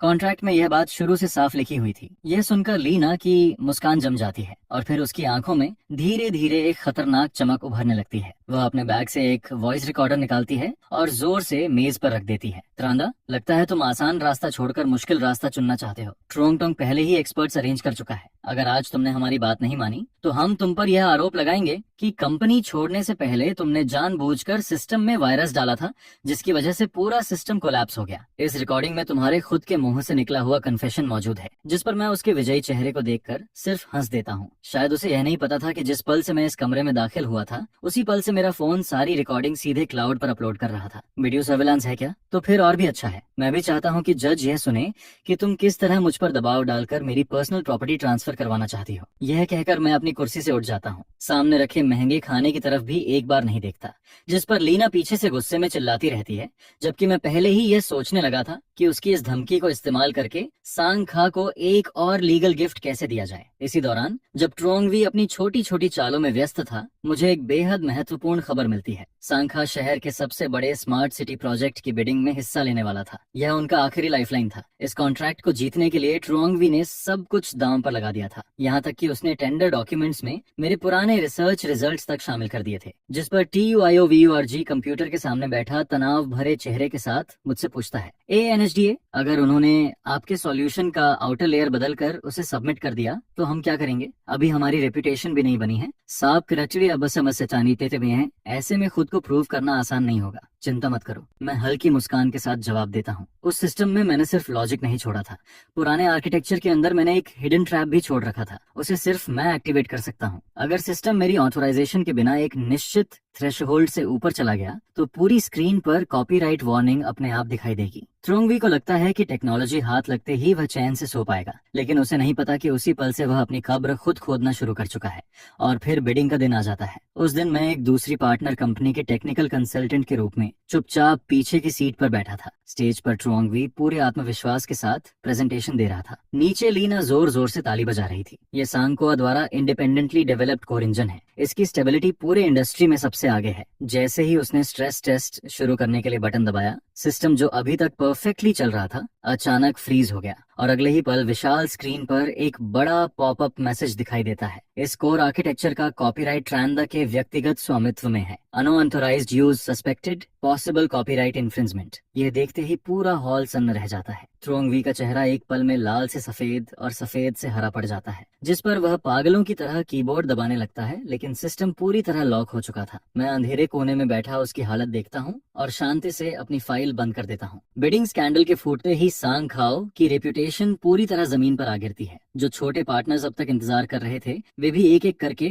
कोऑपरेशन टर्मिनेट करने के नोटिस भेजने लगते हैं। मैंने सुना कि ट्रोंगवी ने ऑफिस में गुस्से में हर चीज तोड़ डाली, यहाँ तक कि उसने लीना को भी एक थप्पड़ मार दिया। अब सांगकोआ सिर्फ नुकसान में नहीं था, बल्कि पूरी तरह कोलैप्स होने की तरफ बढ़ रहा था। टेक्निकल डिपार्टमेंट के लोग बड़ी संख्या में रिजाइन करने लगते हैं, यहाँ तक कि डबल सैलरी का लालच भी किसी को रोक नहीं पाता। उसी दोपहर जब मैं एक नया कॉन्ट्रैक्ट फाइनलाइज करके लौटता हूँ, तो कंपनी के दरवाजे पर कुछ परिचित चेहरे दिखाई देते हैं। वे सांगखा के सबसे टैलेंटेड टेक्निकल एक्सपर्ट्स थे, वही लोग जिन्हें कभी लीना ने जानबूझकर अपनी तरफ खींच लिया था। आनेदा, हम आपके साथ काम करना चाहते हैं। पहले हमसे गलती हुई। ट्रोंगवी के बोनस ने हमारी आंखों पर पर्दा डाल दिया था, जिस पर मैं उनकी तरफ देखता हूँ और शांत आवाज में कहता हूँ, कंपनी टैलेंट का स्वागत करती है, लेकिन रूल्स सबसे ऊपर हैं। मेरे यहाँ टेक्निकल स्किल्स की वैल्यू होती है, चापलूसी की नहीं। इसके बाद मैं उनके ज्वाइनिंग प्रोसेस की व्यवस्था करता हूँ। मैं जानता था कि यह सिर्फ कुछ लोगों की रिक्रूटमेंट नहीं थी, ये सांग खाओ की जड़ों को उखाड़ने जैसा था।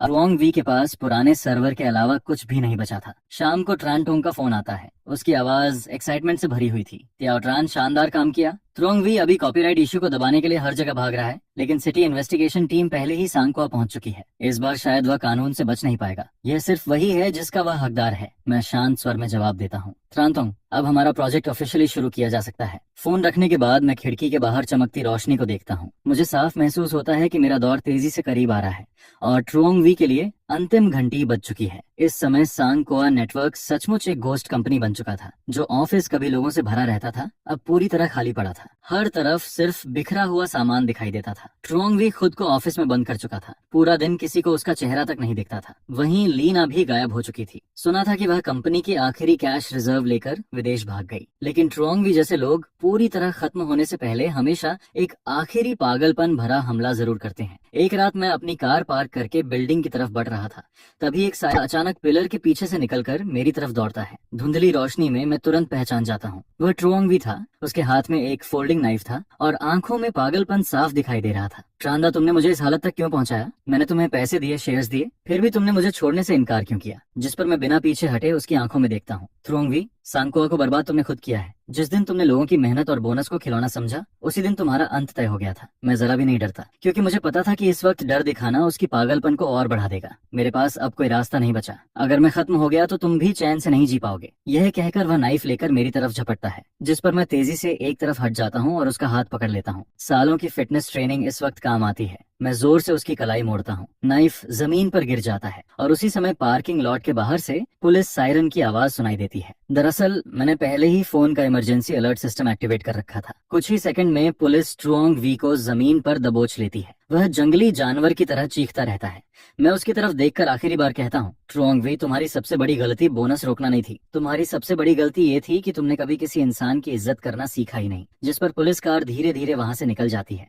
मैं जमीन पर गिरी कार की उठाता हूँ और बिना पीछे देखे एलिवेटर में चला जाता हूँ। तूफान खत्म हो चुका था और कल एक नई शुरुआत होने वाली थी। थानलैम टेक्नोलॉजी अब ऑफिशियली थानलैम ग्रुप बनने जा रही थी। ट्रुओंग वी की गिरफ्तारी के दूसरे दिन मैं एक बार फिर उस परिचित लेकिन अब अजनबी लगने वाली जगह पर लौटता हूँ। लेकिन इस बार मैं एम्प्लॉय नहीं था, मैं क्रेडिटर और पोटेंशियल बायर के रूप में वहां आया था। पूरा ऑफिस ऐसे बिखरा पड़ा था जैसे कोई तूफान गुजर गया हो। डॉक्यूमेंट्स हर तरफ फैले हुए थे। जो डिपार्टमेंट हेड्स कभी घमंड से चलते थे, वे अब अपनी कुर्सियों पर थके और परेशान बैठे थे। मैं सीधे ट्रुओंग वी के ऑफिस में पहुंचता हूँ। वह विशाल रेडवुड डेस्क अब भी वहीं मौजूद थी। फर्क सिर्फ इतना था कि उसका मालिक अब जेल में था। उसी समय कोर्ट स्टाफ कंपनी की फाइनेंशियल फाइल सील कर रहा था, जिस पर ट्रांटोंग मेरी तरफ देखकर कहता है, प्रारंभिक जांच के मुताबिक सांग कोआ का कर्ज उसकी एसेट से कहीं ज्यादा है। क्या तुम सच में इस डूबते हुए जहाज को खरीदना चाहते हो? मैं बिना हिचकिचाए जवाब देता हूँ। मुझे सिर्फ उनके सर्वर यूसेज राइट्स और उन पेटेंट लाइसेंसेस की ओनरशिप चाहिए। और जहाँ तक कर्ज का सवाल था, वो जांग वेई का पर्सनल मामला था। जिस पर मैं मुड़कर देखता हूँ तो कुछ पुराने एम्प्लॉयज जो अभी तक नौकरी नहीं छोड़ते हैं, दरवाजे की दरार से अंदर झांक रहे होते हैं। उनमें से कुछ वही लोग थे जो पहले मेरे बोनस कटने पर ठंडे अंदाज में मेरा मजाक उड़ाया करते थे, लेकिन अब लगभग भीख मांगती नजरों से मुझे देख रहे होते हैं। जिस पर मैं ट्रीवीत को भी दरवाजे की दरार से झांकते हुए देखता हूँ। उनमें से कई लोग पहले मेरी मुश्किलों पर हंसते थे, लेकिन अब उनकी आंखों में सिर्फ उम्मीद दिखाई देती है। जो भी यहाँ रुकना चाहता है, वो श्याओ वांग के पास जाकर दोबारा इंटरव्यू दे सकता है, लेकिन पहले जैसा खुशामद करके बोनस लेने वाला दौर थानलैम टेक्नोलॉजी में अब कभी वापस नहीं आएगा। यह सुनकर उनके चेहरों पर शर्म और राहत दोनों दिखाई देती हैं, लेकिन उन्हें देखकर मुझे कोई खास संतोष फील नहीं होता, क्योंकि यह दुनिया हमेशा से इतनी ही क्रूर रही है। जब इंसान की वैल्यू खत्म हो जाती है, तब उसका सेल्फ रिस्पेक्ट भी एक लग्जरी बन जाता है। इसके बाद मैं खिड़की के पास जाकर नीचे की व्यस्त सड़क को देखता हूँ। सांखा का चमकता हुआ साइनेज बोर्ड देर सबेर जरूर हटाया जाएगा, लेकिन मेरे लिए यह सिर्फ शुरुआत थी। मेरे बिजनेस मैप को और बड़ा करने का पहला कदम, जिस पर झांग वेई द्वारा छोड़े गए उस बर्बाद साम्राज्य के अंदर अभी भी एक ऐसा सीक्रेट छिपा हुआ था जिसने मुझे भी हैरान कर दिया। और लीना जो डेटा अपने साथ लेकर गई थी, मामला उससे कहीं ज्यादा कॉम्प्लिकेटेड निकलता है जितना मैंने सोचा था। कंपनी के सर्वर अपने कंट्रोल में लेने के बाद मैं और श्याओ वांग लगातार 2 रातों तक जागते रहते हैं, जिस पर हमें पता चलता है कि लीना सिर्फ कैश लेकर नहीं भागी थी। उसने एडमिनिस्ट्रेटिव डिपार्टमेंट हेड की अथॉरिटी का इस्तेमाल करके कंपनी के बैकअप डेटाबेस की कॉपी भी जबरदस्ती निकाल ली थी। और उससे भी ज्यादा खतरनाक बात यह थी कि वह एक अधूरा military grade encryption agreement draft भी अपने साथ ले गई थी, जिस पर श्याओ वांग चिंता से कहता है, ब्रोदर, ये वह ड्राफ्ट भले ही आपने लिखा था, लेकिन अगर लीना उसे कॉम्पिटिटर्स को बेच देती है और बाद में हम पर कॉपीराइट वायलेशन का केस कर देती है, तो हम अपनी सफाई भी नहीं दे पाएंगे। जिसके जवाब में मैं शांत होकर कहता हूँ, बैठ जाओ श्याओ वांग, लीना कहीं नहीं भाग सकती। उस लेवल का एन्क्रिप्शन एग्रीमेंट मेरे अलावा कोई भी उसका कंप्लीट डिक्रिप्शन एल्गोरिदम नहीं दे सकता। उसके हाथ में मौजूद यूएसबी ड्राइव उसके लिए सिर्फ एक जलता हुआ आलू है, जिसे वह ज्यादा देर तक संभाल नहीं पाएगी। जिस पर मैं स्क्रीन पर तेजी से चलती कोड लाइंस को घूरता रहता हूँ और मन ही मन लीना के अगले कदम का अंदाजा लगाता हूँ। उस जैसी बेहद घमंडी और दिखावे की दीवानी औरत कभी भी गुमनाम रहकर गरीब जिंदगी नहीं जी सकती। तभी अचानक मेरे इनबॉक्स में एक अनामनस ईमेल आता है, जिसके अंदर एक फॉरेन कैसीनो की तस्वीर अटैच्ड होती है। तस्वीर में लीना अभी भी महंगे कपड़े पहनकर बैठी होती है, लेकिन उसके सामने बैठा आदमी मेरी भौहें सिकोड़ देता है। वह और कोई नहीं बल्कि झोजोंग था, एक बदनाम डेटा ब्रोकर जिसने व्यापारिक सीक्रेट्स खरीदकर अपनी दौलत बनाई थी। जिस पर मैं हल्की मुस्कान के साथ कहता हूँ, तो आखिरकार इसे खरीदार मिल ही गया। झांग वे जेल के अंदर सड़ रहा था, जबकि लीना बाहर बैठकर अपने पुराने मालिक को बेच रही थी। सच कहें तो दोनों एक दूसरे के लिए ही बने थे, लेकिन मैं पुलिस को तुरंत खबर नहीं करता, क्योंकि झोजोंग जैसे चालाक लोमड़ी को बिना असली वैल्यू समझे पैसा खर्च करने की आदत नहीं थी। जिस पर मैं उसे सिर्फ एक छोटा सा मैसेज भेजता हूँ, उस चीज में बैकडोर है, अगर जिंदा रहना चाहते हो तो मुझसे मिलो। इसके बाद मैं चुपचाप इंतजार करने लगता हूँ। क्योंकि यह सिर्फ डेटा वापस लेने की लड़ाई नहीं थी। मैं इस पूरे इंडस्ट्री में फैले भ्रष्ट नेटवर्क को जड़ से उखाड़ना चाहता था। अगली सुबह मैसेज पढ़ते ही झाओ झोंग बेचैन हो जाता है, जिस पर वह मुझे एक प्राइवेट क्लब में मिलने के लिए बुलाता है और खास तौर पर कहता है कि मैं अकेला आऊं। मैं समय पर वहां पहुंचता हूं। कमरे के अंदर सिगरेट का धुआं भरा हुआ होता है, जिस पर झो झोंग हंसते हुए मैत्रेय या बुद्ध जैसा चेहरा बनाकर मेरा स्वागत करता है, जबकि उसके बगल में बैठी लीना का चेहरा पहले से काफी पीला दिखाई देता है। वह मुस्कुराकर कहता है, चैन, ये तुम्हारा नाम बहुत पहले से सुन रखा है। आजकल के यंग लोग वाकई कमाल हैं। यहाँ तक कि झांग वेई जैसा चालाक आदमी भी तुम्हारे हाथों हार गया। जिसके जवाब में मैं सीधे मुद्दे पर आता हूँ। झो झोंग, बेकार की बातें छोड़िए। लीना के हाथ में जो चीज है उसे आप संभाल नहीं पाएंगे। यह सुनते ही लीना अचानक खड़ी हो जाती है। चैनिए, ड्रामा करना बंद करो। झो झोंग ने एक्सपर्ट से जांच करवाई है। थोड़ा बहुत मॉडिफिकेशन करके इसे कमर्शियल प्रोडक्ट बनाया जा सकता है। उस समय कॉपीराइट वायलेशन का आरोपी तुम बनोगे। जिस पर मैं हंसते हुए कहता हूँ, एक्सपर्ट्स? क्या वही थर्ड रेट प्रोग्रामर्स जो बेसिक कंकरेंट प्रोसेसिंग तक नहीं संभाल सकते? अगर भरोसा नहीं है तो अभी सर्वर पर इसे रन करके देख लो। यह सुनकर झो झोंग का चेहरा बदल जाता है, क्योंकि वह शुरू से ही थोड़ा सस्पिशियस था। जिस पर वह तुरंत अपने लोगों को प्रोग्राम रन करने का आदेश देता है। लेकिन प्रोग्राम शुरू होते ही सर्वर रूम की वार्निंग लाइट्स स्क्रीन पर पागलों की तरह फ्लैश करने लगती हैं। ये क्या हो रहा है? इसे तुरंत बंद करो। जिस पर मैं शांत स्वर में कहता हूँ, मेरी डायनामिक ऑथोराइजेशन के बिना किसी भी फोर्स्ड एग्जीक्यूशन पर सेल्फ डिस्ट्रक्ट प्रोटोकॉल एक्टिवेट हो जाता है। यह सुनते ही कमरे का माहौल पूरी तरह बदल जाता है। मैं लीना की तरफ देखता हूँ, जो अब कुर्सी पर ढह चुकी होती है। उसकी आंखों में सिर्फ निराशा बची होती है। उसका आखिरी ट्रम्प कार्ड भी मेरे सामने कागज की तरह कमजोर साबित हो जाता है। और झो झोंग जैसे बिजनेसमैन अच्छी तरह जानते हैं कि कब नुकसान काटकर पीछे हटना चाहिए। जिस पर वह अचानक लीना के चेहरे पर जोरदार थप्पड़ मार देता है। उसका आधा चेहरा तुरंत सूज जाता है। वह अपना चेहरा पकड़कर बैठ जाती है और एक शब्द भी बोलने की हिम्मत नहीं करती, क्योंकि झो झोंग का असली स्वभाव हमेशा से ऐसा ही था। वह किताब के पन्नों से भी तेज पलट जाता था। उसकी नजर में लीना अब पैसे कमाने वाली मशीन नहीं, बल्कि एक टिकिंग टाइम बॉम्ब बन चुकी थी। जिस पर वह मेरी तरफ देखकर जल्दी से कहता है, चैनजोंग, यह सब गलतफहमी है। इस औरत ने मुझे धोखा दिया। इसने कहा था कि ये टेक्नोलॉजी उसी की है। जिसके जवाब में मैं ठंडे स्वर में कहता हूँ, डेटा मैं वापस ले जाऊंगा और जहाँ तक इंसान की बात है उसका फैसला कानून करेगा। फिर मैं आगे कहता हूँ, वैसे सुना है कि आप हाल ही में स्मार्ट सिटी प्रोजेक्ट की बिडिंग डॉक्यूमेंट्स के बारे में काफी जानकारी इकट्ठा कर रहे हैं। यह सुनते ही झो झोंग का चेहरा सफेद पड़ जाता है। उसके माथे पर पसीना आ जाता है और वह लगातार सिर हिलाने लगता है। नहीं नहीं नहीं, अब बिल्कुल नहीं। आपके रहते हमारी जैसी छोटी कंपनी कैसे सामने आने की हिम्मत करेगी? इसके बाद मैं ओरिजिनल डेटा वाली यूएसबी वापस ले लेता हूँ और जाओ जोंग की मौजूदगी में इन्वेस्टिगेशन टीम को कॉल करता हूँ। जैसे ही लीना पुलिस की आवाज सुनती है, उसका पूरा शरीर ढीला पड़ जाता है और वह जमीन पर गिर जाती है। वह रोते हुए मेरी पैंट पकड़ने की कोशिश करती है। चैन, ये मैं सच में अपनी गलती मानती हूँ। मैं सारा पैसा वापस कर दूंगी, बस मुझे जेल मत भेजो। जिस पर मैं बिना किसी भावना के पीछे हट जाता हूँ। लीना, जिस पल तुमने कंपनी का कोर डेटा चुराने का फैसला किया था, उसी पल तुम्हें इस अंजाम के लिए तैयार रहना चाहिए था। मैं उसे पुलिस की गाड़ी में बैठाकर ले जाते हुए देखता हूँ, जिस पर मेरे दिल के अंदर बची आखिरी धुंध भी खत्म हो जाती है। लेकिन यह अंत नहीं था। जाहो झोंग पीछे हट चुका था, मगर उसके पीछे खड़ी त्यान चेन ग्रुप जैसी विशाल ताकत कभी चुप बैठने वाली नहीं थी। वे मेरे जैसे ट्रबल मेकर को इतनी आसानी से बढ़ते हुए नहीं देख सकते थे।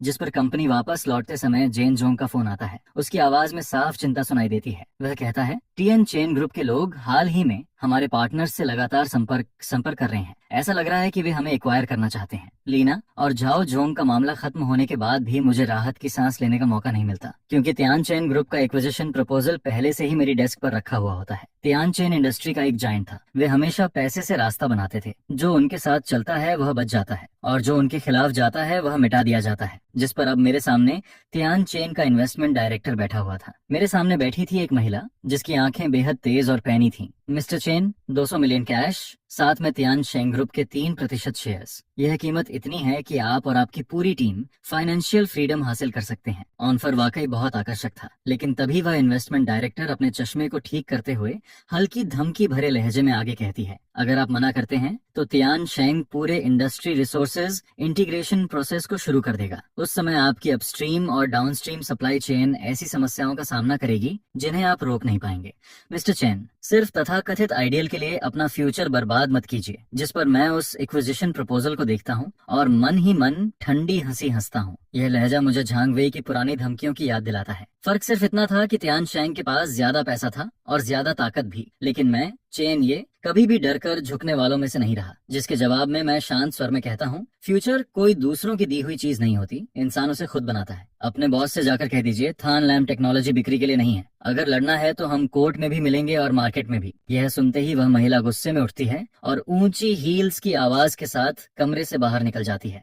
उसके जाते ही श्याओ वांग चिंता भरे चेहरे के साथ अंदर आता है, जिस पर मैं अपना कंप्यूटर चालू करता हूँ और वह प्रोजेक्ट खोलता हूँ जिस पर मैं पिछले कई महीनों से चुपचाप काम कर रहा था। Second generation cloud engine. यह टेक्नोलॉजी खास तौर पर इंडस्ट्री के टेक्निकल लूप होल्स को ध्यान में रखकर डेवलप की गई थी। जिस पर मैं स्क्रीन की तरफ देखते हुए कहता हूँ, अगर तियानशेंग टेक्निकल मेथड्स इस्तेमाल करके मुझे ब्लॉक करना चाहता है तो मैं उन्हें दिखाऊंगा कि असली टेक्नोलॉजिकल रेवोल्यूशन किसे कहते हैं। लेकिन तियानशेंग की रिटेलिएशन मेरी उम्मीद से कहीं ज्यादा जल्दी आती है और उससे भी ज्यादा निर्दयी साबित होती है। रात के 11 बज रहे होते हैं, ऑफिस की लाइटें अभी भी जल रही होती हैं। तभी श्याओवांग दरवाजा खोलकर अंदर आता है। उसके हाथ में अभी अभी प्रिंट हुई रिपोर्ट्स होती हैं और उसका चेहरा पूरी तरह पीला पड़ चुका होता है। ब्रदर, ये बड़ी समस्या हो गई है। 3 सर्वर सप्लायर्स जिनके साथ हमारे लॉन्ग टर्म कॉन्ट्रैक्ट्स थे, उन्होंने अभी नोटिस भेजा है। वे प्रोडक्शन एडजस्टमेंट का बहाना बनाकर हमारे ऑर्डर्स को अनिश्चित काल के लिए डिले कर रहे हैं। यह सुनकर मैं समझ जाता हूँ कि मामला कितना गंभीर है, क्योंकि अनिश्चित काल की देरी का मतलब सीधे सप्लाई कट करना होता है। जिस पर मैं खिड़की के पास जाकर नीचे की सुनसान सड़क को देखता हूँ। टियन शेंग पहले हमारे हार्डवेयर सप्लाई चेन का गला घोंटना चाहता है, लेकिन मामला सिर्फ यहीं तक सीमित नहीं था। उन्होंने कई बड़े क्लाउड सर्विस प्लेटफॉर्म्स से भी संपर्क किया था। उनका उद्देश्य हमारे एप्लीकेशन को ऐप स्टोर से हटवाना था। वे थानलैम टेक्नोलॉजी को एक ऐसे वीरान द्वीप में बदलना चाहते थे जहां टेक्नोलॉजी तो हो, लेकिन उसे डिप्लॉय करने का कोई रास्ता न बचे। डायरेक्टर शांग ने वाकई बहुत तेजी से चाल चली है। जिस पर मैं श्याओ वांग से कहता हूँ, कल से सभी लोग वर्क फ्रॉम होम करेंगे। कंपनी के सभी टेस्टिंग सर्वर तुरंत इंटरनल नेटवर्क में शिफ्ट कर दो। इसके बाद मैं उन सप्लायर्स की लिस्ट देखता हूँ जिन्होंने अचानक पलटी मारी थी। लेकिन हैरानी की बात यह थी कि मुझे ज्यादा गुस्सा नहीं आता, बल्कि मेरे अंदर एक हंटर जैसी शांति पैदा होती है। क्योंकि जब शिकारी अपने शिकार को जाल में फंसा हुआ समझता है, तभी वह सबसे बड़ी गलती करता है। वे सोचते थे कि कैपिटल के दम पर सप्लाई चेन पर मोनोपोली बना सकते हैं, लेकिन वे एक बात भूल गए थे। आज के डेटा ड्रिवन एरा में हार्डवेयर सिर्फ एक कैरियर है। असली ताकत डेटा और एल्गोरिदम्स में होती है। जिस पर श्याओ वांग परेशान होकर कहता है, लेकिन ब्रदर, ये इन सर्वर्स के बिना हमारा सेकंड जनरेशन इंजन टेस्ट कैसे होगा? जिसके जवाब में मैं मुस्कुराता हूँ। किसने कहा कि हमें उनके सर्वर्स इस्तेमाल करने हैं? अगर वे अंत तक खेलना चाहते हैं तो मैं भी तैयार हूँ। 3 साल पहले ही मैंने ऐसी एक्सट्रीम सिचुएशंस के लिए बैकअप प्लान तैयार कर लिया था। तियानशेंग सोचता है कि पानी का स्रोत बंद करके मुझे प्यासा मार देगा, लेकिन उन्हें यह नहीं पता कि मैंने बहुत पहले अपना कुआं खुद खोद लिया था। तियानशेंग की फुल स्केल ब्लॉकेड के बाद पूरा इंडस्ट्री मेरा मजाक उड़ने का इंतजार कर रहा था। अगली सुबह मैं हुआ शेंग ग्रुप के चेयरमैन चैन के ऑफिस पहुंचता हूँ। वह खिड़की के बाहर देखते हुए गहरी सोच में डूबे होते हैं और उनके सामने तियान शेंग द्वारा भेजा गया कोऑपरेशन प्रपोजल रखा होता है। जिस पर वह मेरी तरफ देखकर कहते हैं, लिटिल चेन, तियान शेंग के लोग कल मुझसे मिलने आए थे। उन्होंने वादा किया है कि अगर हुआ शेंग थानलैम के साथ पार्टनरशिप खत्म कर दे तो अगले 5 साल तक हमारी इंफ्रास्ट्रक्चर मेंटेनेंस कॉस्ट आधी कर दी जाएगी। जिसके जवाब में मैं कहता हूँ, चेयरमैन चेन, तियान शेंग का पैसा लेना आसान है, लेकिन उनके लगाए हुए बंधनों से आजाद होना बहुत मुश्किल है। एक बार हुआ शेंग के सारे सिस्टम्स उनके क्लाउड प्लेटफॉर्म पर चले गए तो भविष्य में वे कीमत बढ़ाएं या घटाएं, यह फैसला आपका नहीं रहेगा। यह सुनकर चेयरमैन चेन मुड़कर मेरी तरफ देखते हैं। वह सिर्फ बिजनेसमैन नहीं थे, वह एक दूरदर्शी स्ट्रेटेजिस्ट भी थे। वह सोच रहे थे कि सामने दिखाई देने वाले छोटे फायदे को चुना जाए या उस भविष्य को जो पूरे इंडस्ट्री के रूल्स बदल सकता है। कुछ देर चुप रहने के बाद वह पूछते हैं, लिटिल चेन, सच सच बताओ, टियन शेंग ने तुम्हारी हार्डवेयर सप्लाई काट दी है, अब तुम उनके खिलाफ लड़ोगे कैसे? जिस पर मैं बिना झिझक जवाब देता हूँ, मुझे उनके हार्डवेयर की जरूरत ही नहीं है। हुआ शेंग की पूरे देश में 3000 से ज्यादा ब्रांचेस हैं। हर ब्रांच के पास अनयूज्ड कंप्यूटिंग रिसोर्सेज मौजूद हैं। अगर आप ऑथराइजेशन दे दें तो मैं इन सभी रिसोर्सेज को जोड़कर एक ऐसा डिस्ट्रीब्यूटेड कंप्यूटिंग नेटवर्क बना सकता हूँ जो तियान शेंग से भी ज्यादा पावरफुल होगा। यह सुनते ही चेयरमैन चेन की आंखें चमक उठती हैं, क्योंकि वह समझ चुके थे कि इसका मतलब क्या है। यह सिर्फ कॉस्ट रिडक्शन नहीं था, यह हुआ शेंग को बड़े कॉर्पोरेशंस पर निर्भरता से पूरी तरह आजाद कर सकता था। अचानक वह मेज पर जोर से हाथ मारते हैं और तियान शेंग का प्रपोजल फाड़कर टुकड़े टुकड़े कर देते हैं। ठीक है, मैं ये दांव तुम्हारे साथ खेलता हूँ। हुआ शेंग के सारे नेटवर्क नोड्स तुम्हारे लिए खोल दिए जाएंगे। ऑफिस बिल्डिंग से बाहर निकलते हुए मैं लंबी सांस लेता हूँ। त्यान शेंग को लगता था कि उसने पूरा समुद्र बंद कर दिया है, लेकिन उन्हें यह नहीं पता था कि मैंने अनगिनत छोटी धाराओं को पहले ही जोड़ रखा है, जिस पर जैसे ही हुआ शेंग और मेरे बीच यह सीक्रेट एग्रीमेंट फाइनल होता है, तियान शेंग तुरंत पब्लिक ओपिनियन बैटलफील्ड पर हमला शुरू कर देता है। इंटरनेट पर अचानक थान लैम टेक्नोलॉजी के खिलाफ बड़ी संख्या में बदनाम करने वाले आर्टिकल्स आने लगते हैं। कहीं कहा जाता है कि हमारे सिस्टम्स में सीरियस सिक्योरिटी वल्नरेबिलिटीज हैं, तो कहीं आरोप लगाया जाता है कि हम यूजर्स का डेटा इलीगली कलेक्ट कर रहे हैं। यह देखकर श्याओ वांग गुस्से में कहता है, ब्रोदर चेन, ये सब पूरी तरह झूठ है। हमारा सोर्स कोड तो ओपन सोर्स ऑडिटेड कोड है। ऐसे में यूजर डेटा चोरी करने का सवाल ही नहीं उठता। जिसके जवाब में मैं धीरे से सिर हिलाता हूँ। उन्हें सच्चाई की जरूरत नहीं है, उन्हें सिर्फ इतना चाहिए कि कस्टमर्स के मन में शक पैदा हो जाए। एक बार शक का बीज बो दिया जाए तो नए प्रोडक्ट्स को प्रमोट करना बेहद मुश्किल हो जाता है, जिस पर मैं उन तथाकथित एक्सपर्ट्स के एनालिसिस आर्टिकल्स पढ़ता हूँ। हर आर्टिकल झूठ, तोड़ मरोड़ और तकनीकी भ्रम से भरा हुआ था, और सबसे खतरनाक बात यह थी कि उनका असर दिखने भी लगा था। कई क्लाइंट्स जिन्होंने पहले हमारे साथ डील करने की इच्छा दिखाई थी, अब इन नेगेटिव रिपोर्ट्स की वजह से पीछे हटने लगे थे। तियानशेंग की यह चाल सच में बेहद खूबसूरती से खेली गई मानसिक लड़ाई थी, क्योंकि बिना एक भी सीधा अटैक किए वे हमारे विश्वास और रेपुटेशन को धीरे धीरे खत्म करने की कोशिश कर रहे थे। और कुछ संभावित क्लाइंट्स तो इन अफवाहों के कारण पहले ही अपने कदम पीछे खींचना शुरू कर चुके थे। तियानशेंग की यह मानसिक युद्ध वाली चाल सच में कमाल की थी, लेकिन अगर वे पब्लिक ओपिनियन वॉर खेलना चाहते थे तो हम भी उन्हें एक बड़ा तोहफा देने वाले थे। जिस पर मैं श्याओ वांग से कहता हूँ, सेकेंड जनरेशन इंजन की सिक्योरिटी टेस्टिंग रिपोर्ट सीधे दुनिया की सबसे प्रतिष्ठित हैकर चैलेंज कंपटीशन की ऑफिशियल वेबसाइट पर अपलोड कर दो, और साथ ही $1 मिलियन का रिवॉर्ड भी अनाउंस कर दो। दुनिया भर के टॉप हैकर्स को इनवाइट करो कि वे थान लैम के फायरवॉल को तोड़कर दिखाएं। यह सिर्फ झूठे आरोपों का सबसे ताकत जवाब नहीं था, बल्कि हमारी टेक्नोलॉजी का सबसे दमदार एडवर्टाइजमेंट भी था। जैसे ही यह अनाउंसमेंट पब्लिक होती है, पूरा टेक वर्ल्ड हिल जाता है। तियानशेंग द्वारा हायर की गई ऑनलाइन ट्रोल आर्मी अचानक खामोश हो जाती है, क्योंकि एब्सोल्यूट टेक्नोलॉजी के सामने हर अफवाह और हर झूठ कमजोर पड़ जाता है। जिस पर जब पूरी दुनिया इस चैलेंज की तरफ ध्यान दे रही होती है, तब मेरी नजर एक दूसरे डेटा सेट पर टिकी हुई होती है। वह था तियानशेंग ग्रुप के कोर प्रोडक्ट्स का यूजर लॉस डेटा, क्योंकि सेकेंड जनरेशन इंजन की कंपैटिबिलिटी टेक्नोलॉजी के कारण उनके कई सिस्टम्स अस्थिर होने लगे थे। और सबसे दिलचस्प बात यह थी कि तियानशेंग अंदर से भी उतना मजबूत नहीं था जितना बाहर से दिखाई देता था। थानलैम टेक्नोलॉजी के खिलाफ आधे महीने तक चले ब्लॉकेट के दौरान वे हमें निगल तो नहीं पाए, लेकिन जरूरत से ज्यादा रिसोर्सेज खर्च करने की वजह से उनका खुद का कोर बिजनेस ग्रोथ रुकने लगा था। इसी दौरान तियानशेंग के अंदर मौजूद मेरे एक पुराने दोस्त ने मुझे एक मैसेज भेजा। उसने बताया कि उनके इन्वेस्टमेंट डायरेक्टर और टेक्निकल डायरेक्टर के बीच जबरदस्त लड़ाई चल रही है। एक छोटी सी कंपनी को दबाने के लिए हमने कितने रिसोर्सेज और कनेक्शंस इस्तेमाल किए, और नतीजा क्या निकला? हुआ शेंग न सिर्फ हमारे हाथ से निकल गया, बल्कि हमारे कई बड़े क्लाइंट्स भी अपने साथ ले गया। जिस पर दूसरा व्यक्ति गुस्से में जवाब देता है, ये सब तुम्हारे टेक्निकल डिपार्टमेंट की नाकामी है। एक छोटी कंपनी के कंप्यूटिंग नेटवर्क को भी नहीं रोक पाए, और यहाँ बजट मांगने चले आते हो। ये सुनकर मेरे चेहरे पर हल्की मुस्कान आ जाती है, क्योंकि यही वह नतीजा था जिसका मैं इंतजार कर रहा था। बड़े कॉर्पोरेशंस को बाहर से आने वाला खतरा उतना नहीं डराता जितना अंदर से शुरू होने वाला पतन डराता है। जिस पर मैं कंप्यूटर के सामने बैठकर तियानशेंग के गिरते हुए स्टॉक चार्ट को देखता हूँ और मन ही मन आखिरी हार्वेस्ट का समय तय करने लगता हूँ। फिर मैं श्याओ वांग की तरफ देखकर कहता हूँ, तैयारी पूरी हो गई। आज रात ठीक 8 बजे हमारा सेकंड जनरेशन इंजन हुआ शेंग के डिस्ट्रीब्यूटेड कंप्यूटिंग नेटवर्क पर ऑफिशियली लॉन्च होगा। ग्लोबल पब्लिक टेस्टिंग शुरू होगी। ये एक बहुत बड़ा गैम्बल था। अगर हम सफल होते हैं तो थान लैम टेक्नोलॉजी पूरी इंडस्ट्री की मोनोपोली को तोड़ देता, लेकिन अगर हम असफल होते तो तियानशेंग का पागलपन भरा बदला पहले से भी ज्यादा खतरनाक साबित होता। रात के ठीक 8 बजे मैं एंटर की दबाता हूँ, जिस पर स्क्रीन पर मौजूद मैप में अनगिनत रोशनी के बिंदु एक साथ जगमगाने लगते हैं। हुआ शेंग की पूरे देश में फैली नेटवर्क नोड्स तुरंत एक्टिवेट हो जाती हैं और एक विशाल कंप्यूटिंग टॉरेंट की तरह बहने लगती हैं। मैं स्क्रीन को देखते हुए धीरे से कहता हूँ, अब पूरी दुनिया को बता दो कि नियम बदलने का समय आ गया है। जिस पर पब्लिक टेस्ट शुरू होते ही तियानशेंग हेडक्वार्टर्स में सन्नाटा छा जाता है, क्योंकि उन्हें डरावनी सच्चाई का एहसास हो चुका था। जिस सिक्योरिटी आर्किटेक्चर पर उन्हें सबसे ज्यादा गर्व था, वह थान लैम की नई आर्किटेक्चर के सामने कागज की तरह कमजोर साबित हो रही थी। पब्लिक टेस्ट की शानदार सफलता के तीसरे दिन पूरा इंडस्ट्री बदल जाता है। जो सप्लायर्स पहले मुझे महामारी की तरह अवॉइड करते थे अब अपॉइंटमेंट लेने के लिए लाइन में खड़े रहते हैं, लेकिन मैं किसी से नहीं मिलता। इसके बजाय मैं सिर्फ इंडस्ट्री के सबसे बड़े लोगों के लिए आयोजित एक प्राइवेट बैंक्वेट में पहुंचता हूं और वहां तियान शेंग ग्रुप का चेयरमैन खुद मौजूद होता है। वह मुझे देखता है, लेकिन इस बार उसकी आंखों में पहले जैसी घमंड नहीं होती।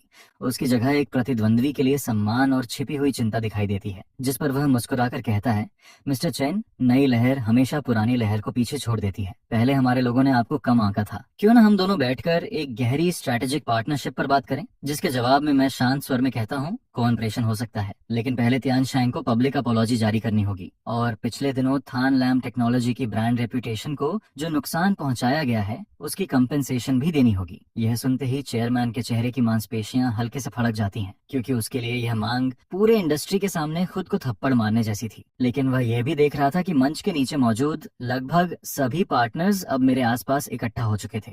उसके पास बार्गेनिंग चिप्स लगभग खत्म हो चुके थे, जिस पर मैं आगे कहता हूँ, बेशक आप मना भी कर सकते हैं, लेकिन मैंने सुना है कि तियान शेंग के कई कोर टेक्निकल एक्सपर्ट्स हमारी नई आर्किटेक्चर में काफी इंटरेस्ट दिखा रहे हैं। उन्होंने तो रिज्यूम सबमिट करना भी शुरू कर दिया है। यही असली बॉटम एक्सट्रैक्शन होता है। मैं सिर्फ आपके क्लाइंट्स नहीं छीनूंगा, मैं आपकी जड़ें भी निकाल दूंगा। यह सुनते ही चेयरमैन कुछ सेकंड तक चुप रहता है, फिर अंत में भारी आवाज में कहता है, मैं सहमत हूँ। जिस पर मैं अपना वाइन ग्लास उठाकर एक छोटा सा सिप लेता हूँ। यह लड़ाई मैं जीत चुका था, लेकिन मैं अच्छी तरह जानता था कि यह सिर्फ शुरुआत है। तियान शेंग का झुकना अस्थायी था और अंधेरे में शायद इससे भी बड़ी कोई ताकत मौजूद थी, जो चुपचाप थान लैम टेक्नोलॉजी पर नजर रखे हुए थी। इसके बाद मैं बैंक्वेट हॉल से बाहर निकलता हूँ। रात की ठंडी हवा मेरे चेहरे से टकराती है। तभी मेरे फोन पर एक मैसेज आता है, एक अजनबी नंबर से। उसमें सिर्फ 4 शब्द लिखे होते हैं, पीछे से सावधान रहो। पार्टी का शोर अब भी मेरे कानों में गूंज रहा होता है, लेकिन मेरी नजर उस मैसेज पर टिक जाती है। मेरी उंगलियां काफी देर तक स्क्रीन पर रुकी रहती हैं, क्योंकि यह नंबर कई लेयर्स के रिले प्रोटेक्शन से होकर आया था। इसे ट्रेस करना लगभग असंभव था। जिस पर मैं खिड़की के पास जाकर पर्दा हटाता हूँ और नीचे गुजरती गाड़ियों की रोशनी को देखता हूँ, और पहली बार मुझे फील होता है कि इस कमर्शियल वॉर के गहरे पानी में कोई अदृश्य नजर लगातार मुझे देख रही है। मैं ये बात शाओवांग को नहीं बताता, क्योंकि मैं उसे बेवजह डराना नहीं चाहता था।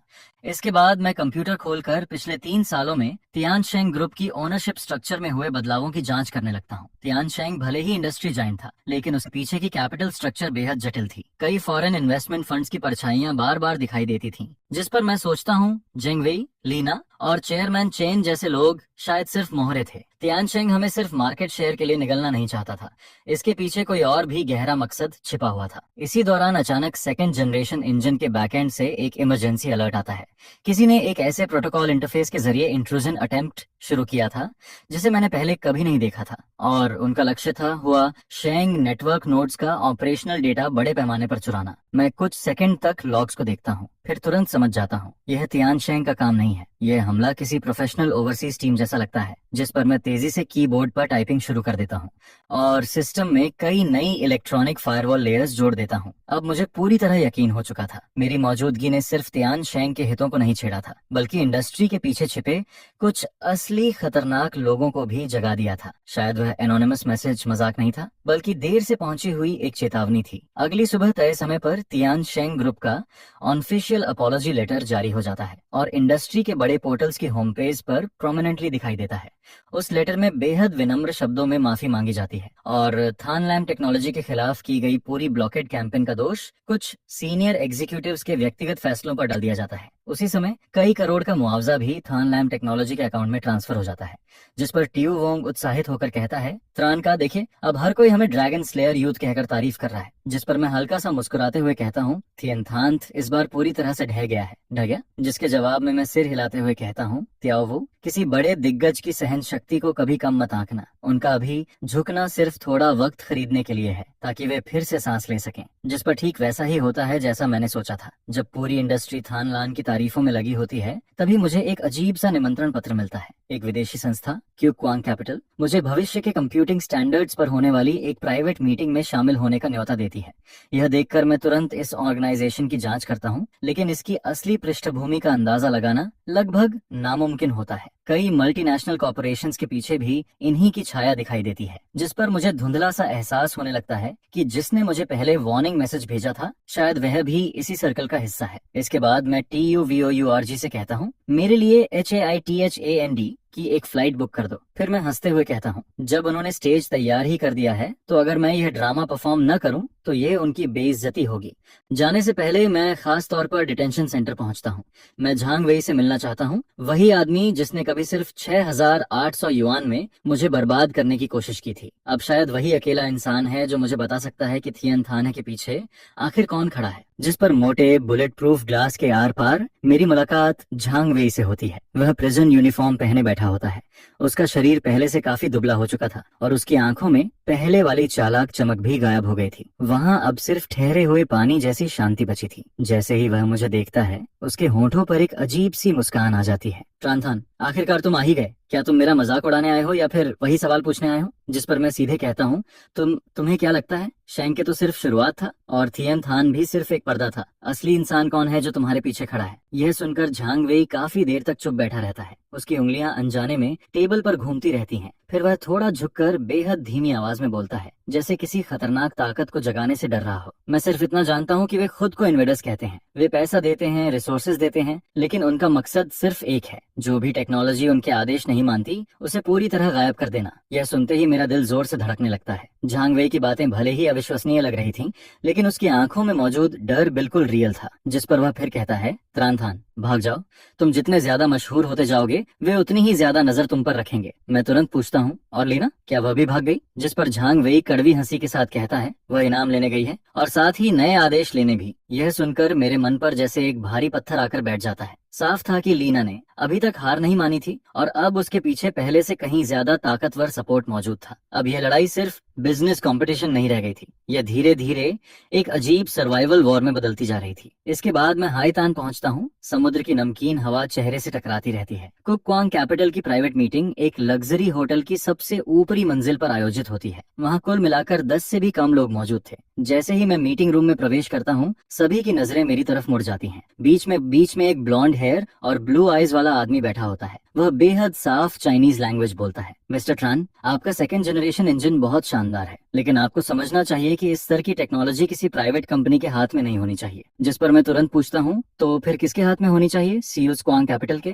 यह सुनकर वह एग्जीक्यूटिव हल्का सा मुस्कुराता है और मेरे सामने एक फाइल सरका देता है। मैं उसे खोलकर देखता हूँ और पाता हूँ कि वह एक्विजिशन कॉन्ट्रैक्ट नहीं, बल्कि एक टेक्निकल ट्रस्टीशिप एग्रीमेंट था। उसमें लिखा होता है कि थान लान टेक्नोलॉजी को अपना कोर सोर्स कोड क्यू क्वांग कैपिटल द्वारा निर्धारित क्लाउड सर्वर पर अपलोड करना होगा, ताकि वे ग्लोबल सिक्योरिटी मॉनिटरिंग और प्रमोशन संभाल सकें। जिस पर मैं मन ही मन सोचता हूँ, यह सीधे सीधे डकैती नहीं तो और क्या है। उसी समय मीटिंग रूम का साइड डोर खुलता है और एक परिचित चेहरा अंदर आता है। वह लीना थी। वह अब एक बेहद महंगे बिजनेस सूट में दिखाई देती है। उसकी आंखों में बदले की खुशी साफ नजर आ रही थी। जिस पर वह मुस्कुराकर कहती है, त्रानथान, तुम्हें अच्छी शराब पसंद नहीं, इसलिए अब सजा वाली शराब पीनी पड़ेगी। चूस क्वांग कैपिटल तुम्हें वह सब दे सकता है जो थियन थन पूरी जिंदगी में भी नहीं दे सकता। अगर तुमने साइन नहीं किया तो कल सुबह थन लान टेक्नोलॉजी को ग्लोबल बैन का सामना करना पड़ेगा। मैं लीना को देखता हूँ, लेकिन मुझे गुस्सा नहीं आता। उल्टा मेरे अंदर एक अजीब सी शांति पैदा होती है। आखिरकार असली दुश्मन मेरे सामने खड़ा था। जिस पर मैं कोई जवाब नहीं देता। मैं सिर्फ सोचने का बहाना बनाकर मीटिंग रूम से निकल जाता हूँ और रूफटॉप कॉरिडोर पर पहुंच जाता हूँ। रात का हाईतान बेहद खूबसूरत दिखाई देता है। चमकती रोशनी किसी को भी मोहित कर सकती थी, लेकिन मैं जानता था कि इन्हीं रोशनियों के पीछे थान लान टेक्नोलॉजी के खिलाफ अनगिनत अटैक ऑर्डर्स पहले ही जारी हो चुके हैं। इसके बाद मैं अपना फोन निकालकर तान तोंग को कॉल करता हूँ। त्रान तोंग, प्लान को जल्दी शुरू कर दीजिए। सीयूसी क्वांग कैपिटल ने चाल चल दी है। वे कोर सोर्स कोड हथियाना चाहते हैं। जिस पर दूसरी तरफ से आवाज आती है, त्युत्रन, क्या तुम सच में यह करना चाहते हो? मैं बिना हिचकिचाए कहता हूँ, अगर वे हमें धीरे धीरे मारना चाहते हैं तो उससे बेहतर है कि हम पूरा गेम बोर्ड ही उलट दें। यह कहकर मैं कॉल काट देता हूँ और फोन में कमांड्स की एक जटिल सीरीज टाइप करना शुरू कर देता हूँ। दरअसल ये वही ट्रोजन हॉर्स था जो मैंने खास तौर पर क्यू क्वांग कैपिटल के लिए तैयार किया था। उन्हें कोर सोर्स कोड चाहिए था, तो मैं उन्हें एक ऐसा वर्जन देने वाला था जो ऊपर से बिल्कुल परफेक्ट दिखाई देता, लेकिन अंदर छिपी हुई खामी पूरे कंप्यूटिंग नेटवर्क को लकवाग्रस्त कर सकती थी। यही मेरा स्पेशल गिफ्ट था। तभी पीछे से हाई हील्स की आवाज सुनाई देती है। लीना धीरे धीरे मेरी तरफ आती है। तो क्या फैसला कर लिया? जिस पर मैं उसकी आंखों में देखते हुए कहता हूँ, हाँ, फैसला कर लिया। फिर मैं आगे कहता हूँ, अपने नए मालिकों से जाकर कह दो, थानलान टेक्नोलॉजी की चीजें वे न छीन सकते हैं और न ही बचा सकते हैं। यह कहकर मैं ट्रस्टीशिप अग्रीमेंट को उसके सामने टुकड़े टुकड़े करके फाड़ देता हूँ और उन कागजों को समुद्र की तरफ उछाल देता हूँ। यह देखकर लीना का चेहरा तुरंत बिगड़ जाता है और उसी पल मुझे पता चल जाता है कि असली तूफान अब शुरू होने वाला है। जैसा मैंने सोचा था, स्यूट्स क्वांग कैपिटल की प्रतिक्रिया उम्मीद से भी ज्यादा पागलपन भरी निकलती है। सुबह होने से पहले ही दुनिया के लगभग सभी बड़े ऐप स्टोर्स एक साथ थानलान टेक्नोलॉजी के प्रोडक्ट्स को रिमूव कर देते हैं। कारण बताया जाता है डेटा सिक्योरिटी रिस्क, जबकि ऐसा कोई खतरा मौजूद ही नहीं था, जिस पर ऑफिस के फोन लगातार बजने लगते हैं। पुराने पार्टनर्स जो अब तक तटस्थ बने हुए थे, मल्टीनेशनल कैपिटल के दबाव में आकर एक एक करके पार्टनरशिप टर्मिनेशन नोटिस भेजना शुरू कर देते हैं। क्यू वंग घबराकर कहता है, ट्रंका, विदेशी मार्केट्स में हमारे सभी चैनल्स ब्लॉक कर दिए गए हैं। हमारे सेकेंड जनरेशन इंजन को स्पाईवेयर कहा जा रहा है। पूरी दुनिया अब हमें बॉयकॉट कर रही है। हमें क्या करना चाहिए? जिस पर मैं शांत स्वर में कहता हूँ, घबराओ मत, वे जितना ऊंचा उछलेंगे उतनी ही बुरी तरह गिरेंगे। फिर मैं आगे कहता हूँ, TUIEOWURG फ्रोजन प्रोजेक्ट एक्टिवेट करो और वह सोर्स कोड ऑडिट रिपोर्ट जो हमने पहले से तैयार की थी, दुनिया की सबसे बड़ी टेक्नोलॉजी अलायंस को भेज दो। मैं मेन कंट्रोल पैनल के सामने बैठा होता हूँ और स्क्रीन पर लगातार चमक रही रेड वार्निंग नोटिफिकेशंस को देख रहा होता हूँ, जिस पर लीना मीडिया के सामने खुलेआम एक फॉर्मर एग्जीक्यूटिव लीडर की पहचान के साथ सामने आती है और मुझ पर टेक्नोलॉजी चुराने का आरोप लगाती है। उसका वह गंभीर और ईमानदार दिखने वाला चेहरा सच में काफी लोगों को धोखा दे देता है जो असली सच्चाई नहीं जानते थे। लेकिन वह यह नहीं जानती थी कि एब्सोल्यूट टेक्नोलॉजी लॉजिक के सामने झूठ हमेशा बुलबुले की तरह नाजुक होता है। वह ज्यादा देर टिक नहीं सकता, जिस पर मैं आखिरी कमांड टाइप करता हूँ और उन मॉनिटरिंग नोट्स को एक्टिवेट कर देता हूँ जिन्हें मैंने पहले ही क्यू क्वांग कैपिटल के अंदर छिपा रखा था। उन्हें मेरा सोर्स कोड चाहिए था, है ना? तो अब वे अपने लेबोरेटरी में पूरी मेहनत के साथ उस चीज को क्रैक करने में लगे हुए थे जिसे मैंने जानबूझकर उनके लिए छोड़ा था। सुबह की पहली किरण ऑफिस की खिड़की से अंदर आती है। यह देखकर मुझे पता चल जाता है कि अब काउंटर अटैक का समय आ चुका है। ये लड़ाई सिर्फ थानलान टेक्नोलॉजी के लिए नहीं थी, ये साबित करने के लिए भी थी कि टेक्नोलॉजी को कभी भी मोनोपोली कैपिटल का खिलौना नहीं बनना चाहिए। उधर CUC क्वांग कैपिटल की लेबोरेटरी में टॉप लेवल हैकर्स का एक ग्रुप जश्न मना रहा होता है। उन्हें लगता है कि उन्होंने मेरी सिक्योरिटी ट्रैप को पार कर लिया है और सेकंड जनरेशन इंजन का कोर एल्गोरिदम हासिल कर लिया है, जिस पर लीना एक तरफ खड़ी मुस्कुरा रही होती है, जैसे उसने पहले ही मुझे घुटनों पर गिरकर भीख मांगते हुए देख लिया हो। फिर वह घमंड से कहती है, त्रानथान अभी भी बहुत जवान है। इस सोर्स कोड को हमारे ग्लोबल फाइनेंशियल सेटलमेंट सिस्टम में इंटीग्रेट कर दो। आज के बाद ग्लोबल कंप्यूटिंग रूल्स हम लिखेंगे। जिस पर जैसे ही वे इंटीग्रेशन बटन दबाते हैं, मेरे ऑफिस की मॉनिटरिंग स्क्रीन पर सुनहरे रंग की अनगिनत लाइंस चमकने लगती हैं। मैं आराम से अपनी कॉफी उठाता हूँ और धीरे से कहता हूँ, काउंटडाउन शुरू हो गया, 3, 2, 1। अगले ही पल क्यूक क्वांग कैपिटल का पूरा ग्लोबल सिस्टम एक डेड लूप में फंस जाता है, जिस पर मेरे द्वारा सोर्स कोड के अंदर छिपाया गया लॉजिक बॉम्ब आधिकारिक रूप से एक्टिवेट हो जाता है। वह किसी डेटा को डिस्ट्रॉय नहीं करता, लेकिन एक मिरर की तरह काम करता है। वह क्यूक क्वांग कैपिटल के सारे राज दुनिया के सामने उजागर करना शुरू कर देता है। उनके टेक्निकल लूप होल्स का फायदा उठाकर किए गए इलीगल प्रॉफिट्स, मार्केट मैनिपुलेशन और तमाम गुप्त रिकॉर्ड्स एक साथ दुनिया के सभी बड़े मीडिया प्लेटफॉर्म्स के होम पेज पर लाइव ब्रॉडकास्ट होने लगते हैं। यह देखकर वहां अफरा तफरी मच जाती है। ये क्या हो रहा है? स्क्रीन बंद क्यों नहीं हो रही? जल्दी किसी को बुलाओ। लेकिन यह सब बेकार था, क्योंकि यह डिसेंट्रलाइज्ड कंप्यूटिंग नेटवर्क पर आधारित फोर्सेड ब्रॉडकास्ट था। जब तक पूरी ग्लोबल नेटवर्क इंफ्रास्ट्रक्चर बंद नहीं होती, तब तक कोई भी इस सच्चाई को फैलने से नहीं रोक सकता था, जिस पर जब पूरी दुनिया उन रिकॉर्ड्स को देखती है तो हर कोई सन्न रह जाता है। थानलान टेक्नोलॉजी के खिलाफ चल रही ग्लोबल सीज अचानक पलट जाती है और पूरी दुनिया के सामने क्यूक क्वांग कैपिटल के खिलाफ ट्रायल शुरू हो जाता है। फिर कुछ ही समय में सीयूक क्वांग कैपिटल पूरी तरह ढह जाता है। ठोस सबूतों के सामने मल्टीनेशनल इन्वेस्टिगेशन टीम्स तेजी से एक्शन लेना शुरू कर देती हैं। उनके सीनियर एग्जीक्यूटिव्स एक एक करके भागने लगते हैं। जहां तक लीना की बात थी, वह औरत जिसने 2 बार मुझे धोखा दिया और हमेशा मुझे अपने पैरों तले कुचलना चाहती थी, इस समय मूसलाधार बारिश में एक भारी सूटकेस लेकर पोर्ट पर भाग रही होती है। वह पागलों की तरह किसी भागने वाली बोट को ढूंढ रही थी, जिस पर मैं एक काला अम्ब्रेला लेकर चुपचाप उस एग्जिट पर खड़ा होता हूँ, जो पोर्ट की तरफ जाने वाला एकमात्र रास्ता था। बारिश का पानी अम्ब्रेला के हैंडल से नीचे बहता रहता है, जैसे इस शहर के सारे दाग धो रहा हो। ये देखकर लीना घबरा जाती है। त्रानथान, मुझे छोड़ दो, मैं भी मजबूर थी। झांगवेई ने मजबूर किया था, कुक क्वांग कैपिटल ने मजबूर किया था। इस सूटकेस में बहुत पैसा है, सारे डॉलर्स तुम्हें दे दूंगी। जिस पर मैं शांत स्वर में कहता हूँ, लीना, अब तक भी तुम नहीं समझी। दुनिया में कुछ चीजें ऐसी होती हैं जिन्हें पैसा कभी नहीं खरीद सकता, जैसे लियांग जी, और जैसे वह सेल्फ रिस्पेक्ट जिसे तुमने बहुत पहले बेच दिया था। दूर से पुलिस सायरन्स की आवाज लगातार करीब आती रहती है, जिस पर लीना की टांगों में ताकत खत्म हो जाती है और वह कीचड़ में बैठ जाती है। उसका सूटकेस पलट जाता है और अंदर भरे नोट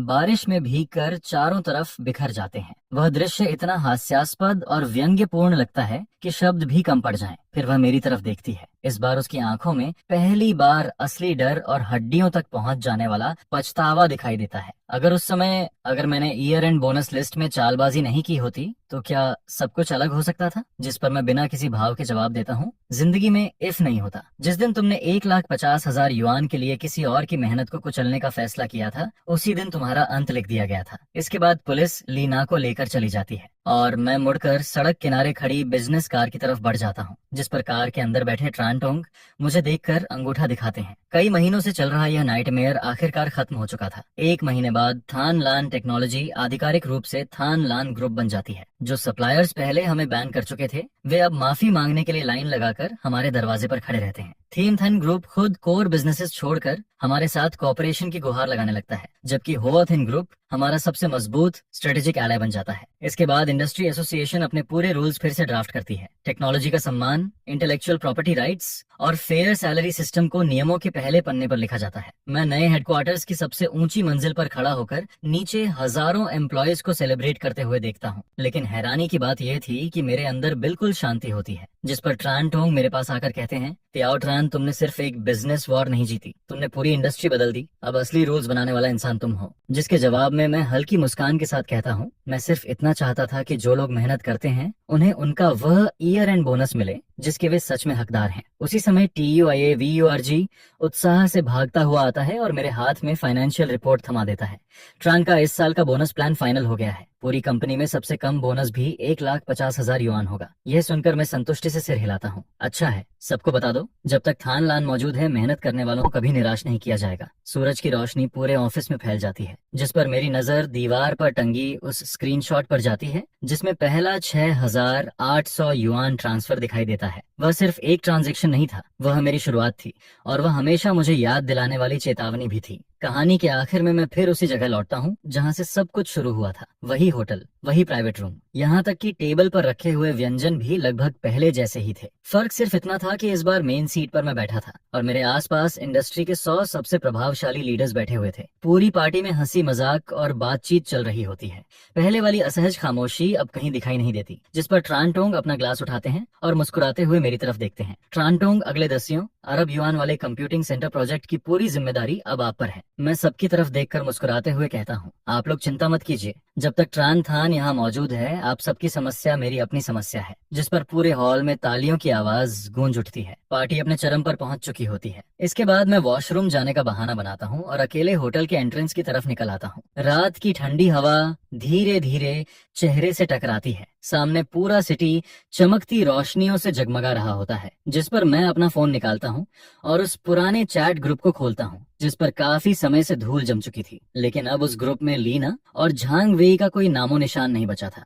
उनकी जगह अब जोश और सपनों से भरे युवा लोग मौजूद थे। वे लगातार मैसेजेस भेज रहे होते हैं और नए साल में होने वाले टेक्नोलॉजी ब्रेक थ्रूज को लेकर उत्साह के साथ चर्चा कर रहे होते हैं। यह देखकर मेरे चेहरे पर अनजाने में एक मुस्कान आ जाती है। फिर मैं फोन बंद कर देता हूँ और गहरी सांस लेते हुए ताजी हवा को अपने अंदर भर लेता हूँ। एक समय था जब मैं सिर्फ एक साधारण एम्प्लॉई था, जिसे साल के अंत में सिर्फ 6,800 युआन का बोनस मिला था, और आज मैं उस इंसान के रूप में खड़ा था जिसके हाथों में पूरी इंडस्ट्री की लाइफलाइन मौजूद थी। इस लंबे सफर में मैंने बहुत दूर तक रास्ता तय किया था और उससे भी ज्यादा मैंने इंसानों और इस दुनिया की सच्चाई को करीब से देखा था, जिस पर मैं धीरे से मुड़ता हूँ और लंबे कदमों के साथ फिर से उस चहल पहल भरे बैंक्वेट हॉल की तरफ बढ़ने लगता हूँ। फिर जैसे ही मैं दरवाजा खोलता हूँ, चमकदार रोशनियां मेरी आंखों के सामने फैल जाती हैं। उसी पल गूंजती हुई तालियों की आवाज पूरे हॉल में बिजली की गड़गड़ाहट की तरह फैल जाती है और यहीं इस पल के साथ मेरी कहानी एक नए अध्याय की तरफ बढ़ती है।